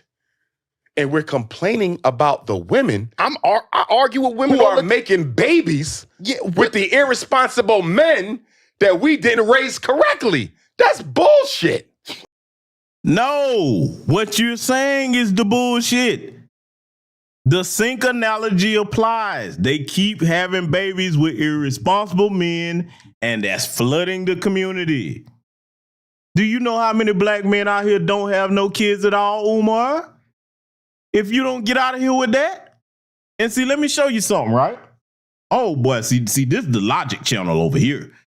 When you see these women, I'm going to show y'all something that a lot of people probably haven't really made this point. Some people have said it, but they're not going to say it this way. When you see a lot of these women with these multiple baby daddies, it is the most asinine thing in the world for her to ever make the statement about anything regarding monogamy or not wanting to share a man. Because see, you think about it, you got one woman and she got 3-4 baby daddies, you may as well say that you sharing them. Yeah, because this Negro is usually in the same community, impregnating the same group of women. You sharing men. That's what you doing. If that apply, hey, listen, man, I'm gonna tell you, hit dog's gonna holler, but if the shoe fits, you got to wear it and do a stroll in it. It is what it is. Let him continue. All right. That's wimp-ass, weak man shit. Take responsibility for our shit. Stop scapegoating them. Yeah, I could agree to that. All I'm saying is look at all we could be doing better, man. Half the Black boys in the 4th grade can't read. What Black men doing about that systemically? Not enough. I know what I'm doing about it. I'm building a school for it, 2 of them. But systemically, as Black men, what are we doing about that? Nothing. Black boys are the most unemployed teenager in America. What Black men doing about that? See, the Pookie and Ray Ray you kept talking about? We letting them raise right before our eyes. And maybe we could catch up to employing them if they turn the water off on the damn sink. See, you can't get away from that sink analogy. Hit their ass across the head with it every time. You keep how we gonna employ them all? They just keep putting them out there. We can't catch. We already strapped for resources, but you don't want us to get no reparations, so we can't catch up. See, let me show you where he works against his argument when he started that anti-reparations talk. If that's how you really want it, Umar, if you want all these men with families already to go and take care of these other people, kids or whatever, it take resources to do that. Hence why you should be completely for reparations. See, they weren't ready. They weren't ready, but I am. We want to criticize us for ending up with one when we should have made sure there were none. Listen, we all got choices. Just like if I choose to live a lifestyle, you're dealing with individualism again. I can't deal with that. But that's part of choices. No, it's not. We have to deal with this systemically. He brought up a question earlier, and he said, "Did we make these problems on our own, or was there some systemics involved?" It was systemics. Okay. In 1970, they shut down the factories. They took out the industrial. You know what else is systemic too, Umar? Oh, see, boy, I wish I would have been on that broadcast right there, on that podcast. Systemic behavior by choosing irresponsible men over and over again, that's systemic too. That is a choice. Yes, we are oppressed in this country. We know what white supremacy has done to us as a whole. The women that are in this country with us, they're not ignorant to that. But see, due to all these different programs, a lot of them that the Democrats support, they say, hey, yeah, don't worry about you going out here getting pregnant by these irresponsible men. You can go and live off Big Daddy government, okay? We got a little welfare check for you. Hey, put if you can find one of them to put on child support, you can get that. Yeah, so no problem. You don't need them black men that are responsible. We'll take care of you. Now, who's participating in white supremacy if they choose to make that choice? See, Umar, I'm on your heels with this, buddy, because you were way out of line with this foolishness. Building jobs. 1980 dropped off the crack and the AIDS. 1990, the Bill Clinton crime bill. There's systemic factors at play. You totally divorce your analysis from any systemic factors at all. You ain't mentioned one. You keep talking about her and Pookie and Ray with the kids. You ain't said shit about the systemics. That's exactly what white folks want you to do. That's what white folks want you to do. I'm saying that ignore I have made what I've done to your women and scapegoat her. Because that's what she's doing to you. She's ignoring what the system did to you. And she's going to scapegoat you. And we're both scapegoating each other. Okay, that's fair. Your analysis is... No, it's not fair. Because if you don't break the systemic mindset of those irresponsible men and women, that are the men that run off from their families after they impregnate these women, and the women that allow them to do that, how you gonna fix anything? How you gonna tell me that's not psychologically systemic, Dr. Umar Johnson, certified school psychologist? Yeah, See, you can't tap dance around somebody with common sense. You just can't do it. Them young brothers weren't ready, man. It's feeding the gender war. It's not solving it. Listen, I don't mind us holding the women accountable. I don't mind us holding the men accountable. Right? Yeah. But when we're going to hold the system accountable as well. That's fair. And if we're going to hold the system accountable, that also means we got to make our own systems too.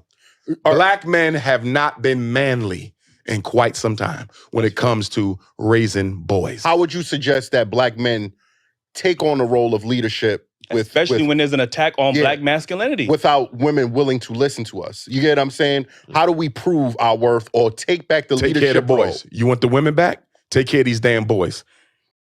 No, that is not how you do it. Nope. Young brother, this is what you do, and I'm saying this to any young black man, listen to me. What you do is, first, you get yourself together as a black man. Whatever field you're going to go into, with your education, or if you choose to become an entrepreneur or business owner, get your money right, get your credit right, okay? Make sure you have knowledge so that you're able to take on the role of leadership as a husband and a father. And then when you go out here to choose, you make it clear from the jump. This is what I'm working with. You see it. The woman that I'm looking for is going to have to be on this program.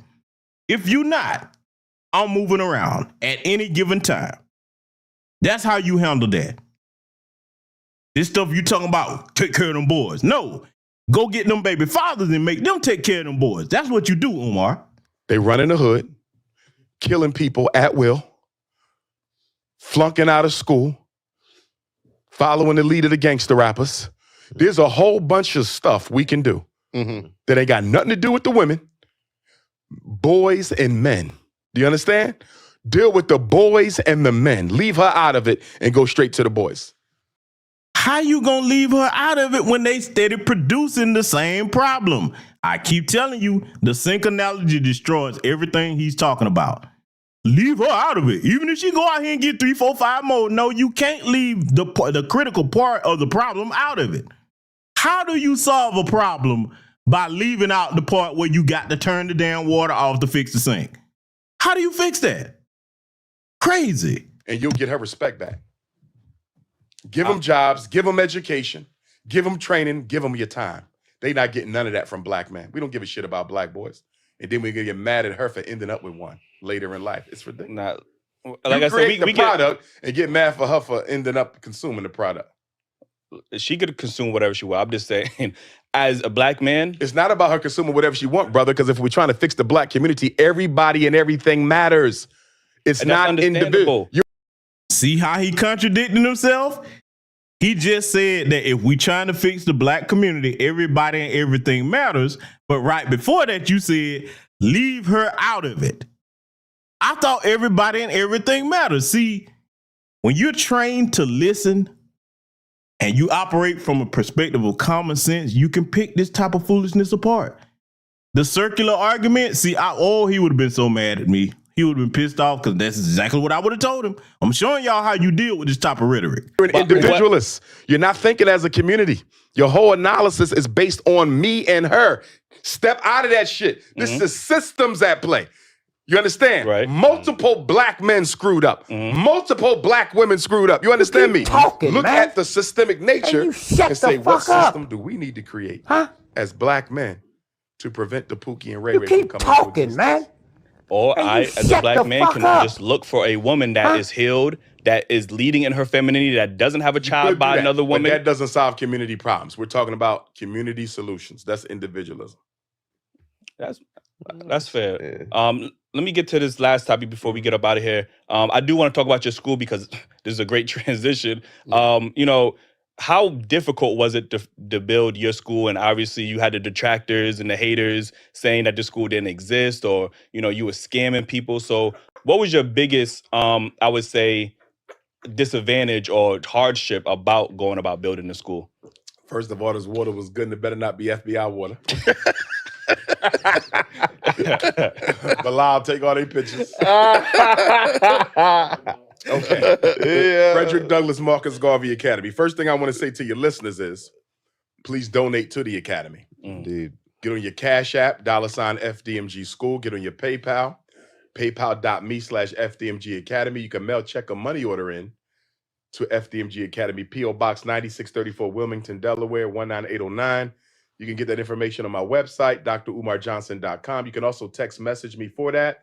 And for my parents out there who having issues with your children, learning disabilities, autisms, ADHDs, IEPs, 504s, white teacher racism, psychological evaluations, pre-referral intervention plans, behavior intervention plans, any issues you're having with your children, education and mental health, you can reach out to me. 215-989-9858. That's 215-989-9858.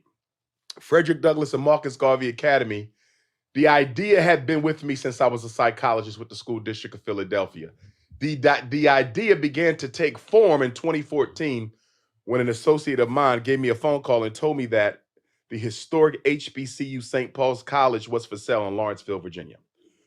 He said they only want $2 million. I said, a whole HBCU for $2 million? 118 acres. I went down there, told them I need the school for our boys. The white people at Motley's auction in Richmond, Virginia. And they said, if you can get us $500,000 in about a month, we might could work with you. So we started a fundraiser. As soon as we started the fundraiser, my detractors attacked it. They called Motley, tried to disrupt the sale. In 2015, a year later, we started a GoFundMe. They sabotaged the GoFundMe, said I was spending the money on my own. So they stopped the GoFundMe, even though I supplied GoFundMe with all the account statements and gave them permission to speak to the branch manager to verify the information. GoFundMe didn't even check it out because they wanted to shut me down. God damn. They didn't want to support a black initiative. So then we learned in 2017, I want to say, 16, that a Chinese corporation bought the St. Paul's College. I couldn't believe it. In the process of you doing it. Yeah. I couldn't believe that black people let Chinese people buy a historically black college built by our ancestors coming out of slavery by Father Russell, who was friends to both Booker T. Washington and George Washington Carver. Chinese own it now. So once they bought the school, I said, okay, black folks are donating. We've always got a lot of donations. They're just low amounts. Quantity versus quality, right? Yeah. The quantity low. Or should I say the quality of the donation low, but the quantity vast. Yes. Okay, get you. So, you know, a lot of 10s, 20s, 50s, 100s, but if you're trying to buy an institution, that ain't quite enough. Right. Got you. Right? So anyway, we said we're just going to get us a day school. So I used up all my frequent flyer miles flying all over America. I thought the school was going to be in Detroit because Detroit had a couple Catholic schools in great shape that we could afford. There was around the $300,000 mark. I said, we're going to end up in Detroit. Blackest city, I'm ready for Detroit. Roman Catholic Church wouldn't sell them to me. Then we had a school in Philly. Roman Catholic Church wouldn't sell it to me.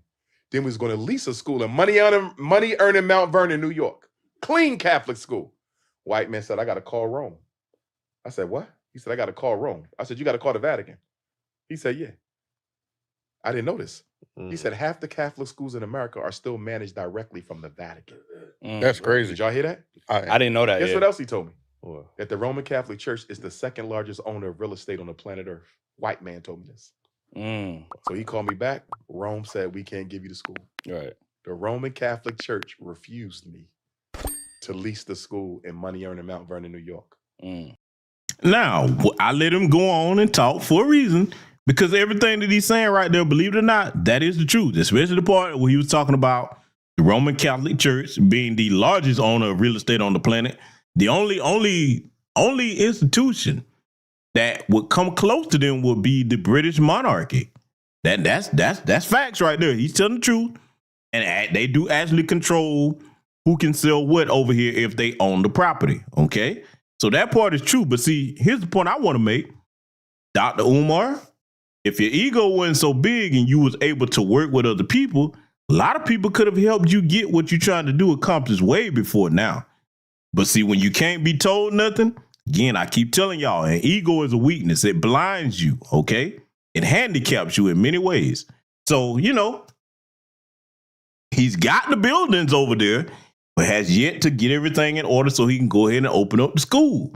Now, he's going to discuss that a little bit more here. And believe it or not, even though I've chastised him here tonight for the things that I had to critique him on, I want him to be successful. I do. But when you're wrong, you got to be challenged. Hey, let's let him continue. In other words, the school could have been open years ago, but we kept on getting savage. Is that because, do you feel because you are a black man trying to purchase Because that? I'm Dr. Umar. Yeah, and what he's trying to, Remember something Napoleon Bonaparte said during the Haitian Revolution? When Napoleon said, we got to crush the Saint-Lô Overture and Jean-Jacques Dessalines, one of his subordinates said, Commander, why are you so interested in destroying the Haitians? Is it to prevent them from destroying our investment on the island? He said, nah. We must stop and crush the Haitian Revolution to forever prevent the march of blacks forward into the world. The Haitian Revolution wasn't about the Haitian Revolution. It was about white supremacy.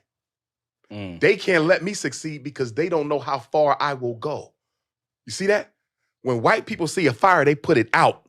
You feel me? Who is this black man coming up here who can afford to pay this type?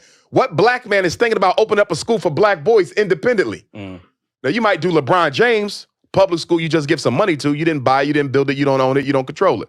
Puffy, get you a charter school. Jalen Rose, get you a charter school. I'm not doing that. This is independent. We own it. Right? Then I went to Detroit, tried to buy a public school. They wouldn't show me none of the public schools in good shape. Chicago, couldn't get none of the public schools in good shape. That's when I realized there must be a national thing out. Right. He don't get no school. You feel me? We had the money and they still wouldn't sell them. So then finally, I come back from Benin, Togo, and Ghana, 2017. Remember the Great North American Eclipse, August 21st of 2017? Which is my birthday, Nat Turner Day, Haitian Revolution Day, George Jackson Revolution Day. I'm on LoopNet. I see the school in Wilmington, Delaware. So this school looked brand new. I go to it on my way down to Nat Turner, came back from Nat Turner, went to Cuba to get my initiation. When I came back from Cuba, I finally got into the schools. I walked around. I said, you know what? These schools are modern. They in good shape. Did my research, found out these schools only 10 years old, 2 of them. They wanted $2 million. We only had $500,000. But that was August and September of 17. We bought the school February of 19. So for 18 months, I stayed on them. Right. Can we get the school? Can we buy the school? Can we get the school? Buy the school? And then one day I said, can y'all sell it to us? He responded, give us what you got. I said, oh, I talked him down from 2 mils to Right.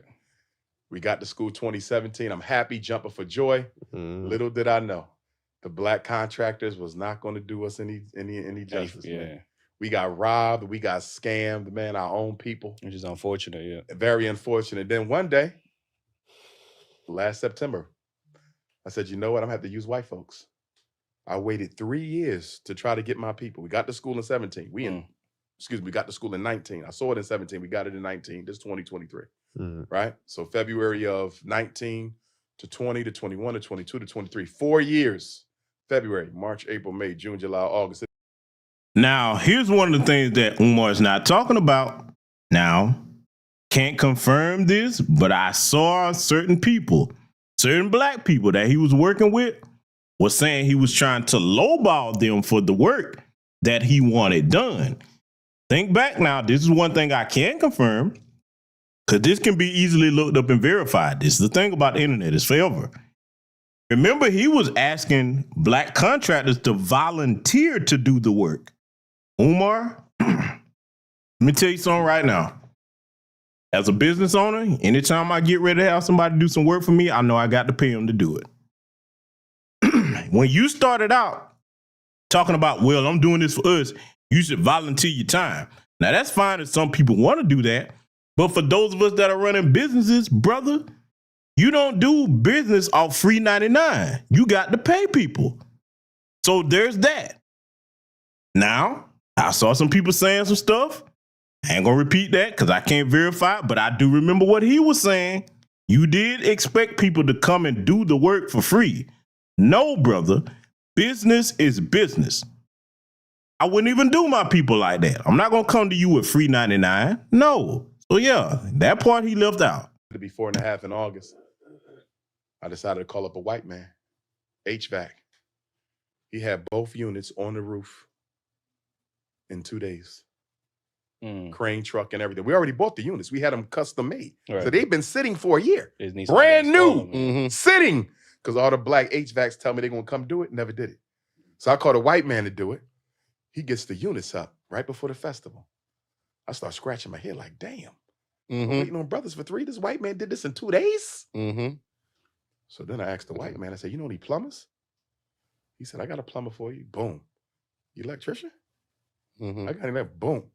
Security? Boom. Fire come? Boom, boom. Wednesday, I go to the school to get the final HVAC repairs done. HVAC is on. We got air. We got AC. You got to do some final stuff to get the inspection. Once that go through, we done. I got to call the city, find out what we got to do to get our certificate of occupancy because plumbing is repaired and inspected, HVAC repaired and inspected, fire, security repaired and inspected, everything. The only thing left is HVAC. And of course, we got to close up the holes and paint and do the floor. It's superficial, beautify. But all the systems, once we done HVAC, we done. The sad thing is, those white men did in 4 months, 3 months really, what black men couldn't help me do in 3 years. It's the self-hate.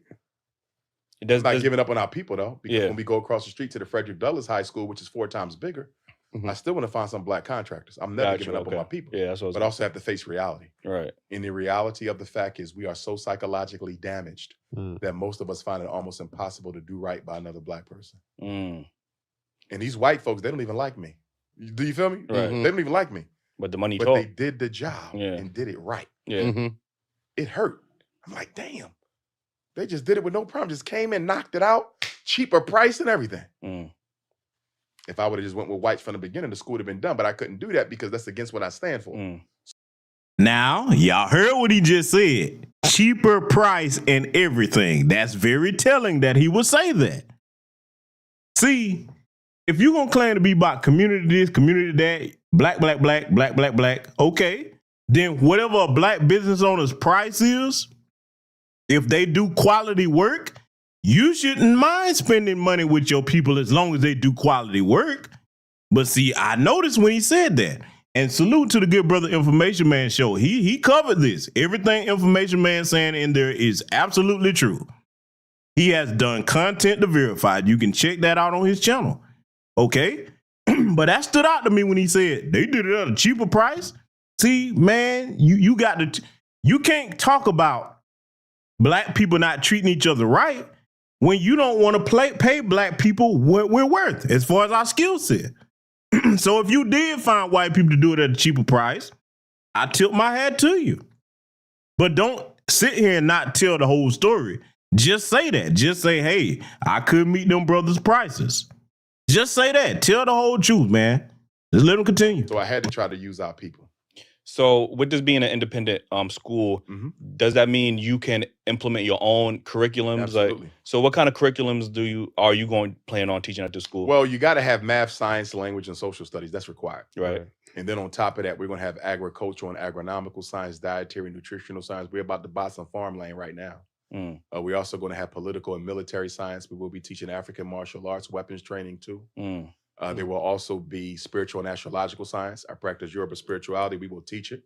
The school will be a bona fide independent parochial academy. We must have a religious instruction there, spiritual instruction.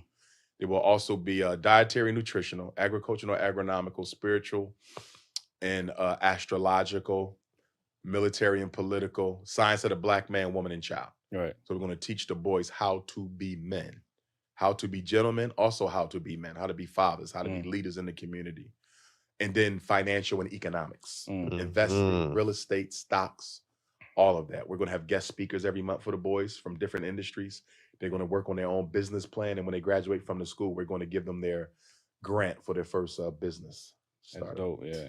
We're definitely gonna clap it up for that. Will there be? I noticed in China, they are actually teaching their boys. You know, they have masculinity classes in a sense, right? Do you think there is a need to kind of have a masculinity course for our young black boys? I don't know exactly what their masculinity course entails, right? But our science of the black man, woman, and child will likely cover that. Okay, that's fair. Because we believe in the divinity of the black man and the divinity of the black woman. So that's part of who. Sure, we might need some classes for some grown adult men to be taught how to be a man. I agree with that. Like a college, I don't know if it's college or maybe some grad school, something. I don't know. Shit. We need some help. We're going to have some stuff for the men too once we get the boys up and running. Because although FDMG is a school by day, it's a community university by night. So this is an all-boys school, you see? It's going to be all boys for the first 3 to 5 years. Then it's going to become girls. Okay. Boys and girls. Got you. I'm volunteering us anytime you ever need us to meet, even like speak or do something that you may need, something that you may not have time for, or something you think that we can fit to help. Okay. We're definitely going to be a part of it. Just, send the kite out. I'm looking forward to it, not just for the blessing it'll be to our children, but also to the community. Because Definitely. there's very few places that we have where we can meet unencumbered by other people's. I speak more than any other scholar in the world, black, right? I'm the most requested black scholar on the planet for 13 years straight. I can count on one hand the amount of places I've been in the world that we own. Most of the time, we in something owned by Arabs, white people. They flicking the lights on, cutting the lights off. I got to get out. You feel me? Definitely. Like, damn, only place that we own is the black churches. But the black churches don't want you in there talking politics because they already in somebody's pocket downtown. You feel me? So the one place that has space and a microphone for us to organize and strategize, the black church don't want us in there to organize and strategize. I want. So with FDMG, we have enough space where we could do conferences and everything. And once we do the Frederick Douglass High School, which is across the street, once both schools are up, we are undisputedly the largest independent black school independent campus in the country, and the only independent black school with 2 buildings, 2 legitimate real schools, not no church, not no basement, not no home, real school. We're the only independent school in the country with 2 schools that's black, and we're the largest. That's dope, man. Like, listen, before we get up out of here, because I understand you're a busy man, I do want to ask you one question. It's a short question. Go ahead. I seen that you posted a female rapper by the name of Sukihana, right? She has some choice words for you and her song. You know what I mean? What would you say to our good sister about that? Sister Sukihana. I never heard of the queen before a supporter of mine sent me the video. Where she said, I'm not going to use her words, but where she said, if I wanted to spend some private time with a man, it'll be Dr. Umar. Right? And then at the end of the video, which wasn't on my Instagram, but it's on my Facebook and TikTok, she says, if Dr. Umar met me, he would shoot his shot because he would see that I'm a beautiful black African conscious queen. I could use some guidance. I got a little bit of daddy issues. She was very humble. Right. You understand? Yeah, indeed. I didn't know she was from Wilmington, Delaware. That's where the school is, right? Yeah. I would be open to meeting with her, right? To see where her head is. Because first, it's always politics before Punani for me. So what can we do together to build the community? Now, obviously... Umar, see, that's the problem. You see where Sukihana's head is. Her head has been in some very disgusting places. See, this is what his greatest weakness, one of his greatest weaknesses is. You have the mindset because just because it's a black woman, no matter what she's doing, you gonna treat her as if she's respectable. No, I'm not saying he has to disrespect her, but that's not, look, no woman in here that's listening to this live recorded would find it cute, funny, or respectable to them for us to put them in the same category with a damn Suki Hana if they ain't out here twerking on kids and doing all the disgusting things she's doing. No, Umar, you're not going to put all women in the same boat, and you're not going to put all men in the same boat. That's not realistic to do that. I'm going to say this, and they finna get ready to wrap it up here. Brother, if that school that you got don't open within the next coming year here, any excuse that you come up with after that, nobody's going to take you serious because you've had more than enough time to get this done, even with obstacles in the way, okay? I ain't going to call no names, but some of the people that you hating on, they've got their institutions up and running with grassroots support, and it didn't take 10 years to do it. Her content isn't something I could endorse, but it seemed to me that if she's willing to follow my lead, that she might be ready to make a transition. Right? From the raunchiness to the righteousness. And so maybe she'll take all her followers and bring them into a more conscious lifestyle. Maybe. I don't know. That would be a conversation that we would need to have, though. But if she decided to turn the corner and leave that content alone for something that is more conscious and more positive for our daughters and sons, I would work with her. And I think we could do a whole lot together, too. But she would have to turn that corner because I couldn't endorse the current message that she listen, if anybody y'all hear that? She's incapable of doing that. So too is Black China, even though she quit OnlyFans. See, in closing here tonight, I had to do this, family, because a lot of people, I guarantee you, I've seen them do their breakdowns on this. Some people that I respect very much was trying to co-sign some of that garbage. I think I presented a strong counter argument here tonight on critiquing the things that I critiqued him on, and I gave him props for the things he got right. But see, the mindset of a turbo thought, and you know I always use that term over here, just because they stop doing the behavior, that doesn't mean that that's going to take that out of them. You be a fool to go and wife over somebody like Suki Hana or Black China and women like that. That's in them. That's all they know. Ain't going to be no turning over a new leaf. But hey, look, family, I've kept you all long enough here tonight. I just wanted to take the time out to address this the right way because, see, when I see foolishness and nobody's really getting down to the heart of the matter, I have to go over here and address it. So with that said, salute to everybody that contributed to tonight's broadcast. As usual, I'll try to wait a little while just in case anybody else contributes so I don't miss putting your name on the community tab. That's something I like to do to show those of you who are subscribers over here appreciation because I appreciate your support. And as long as you all support, we're going to keep bringing you the truth over here, trying to teach these lessons to empower our people. So with that said, salute to everybody. Stay safe out here, Black first, and I will see you all in future content.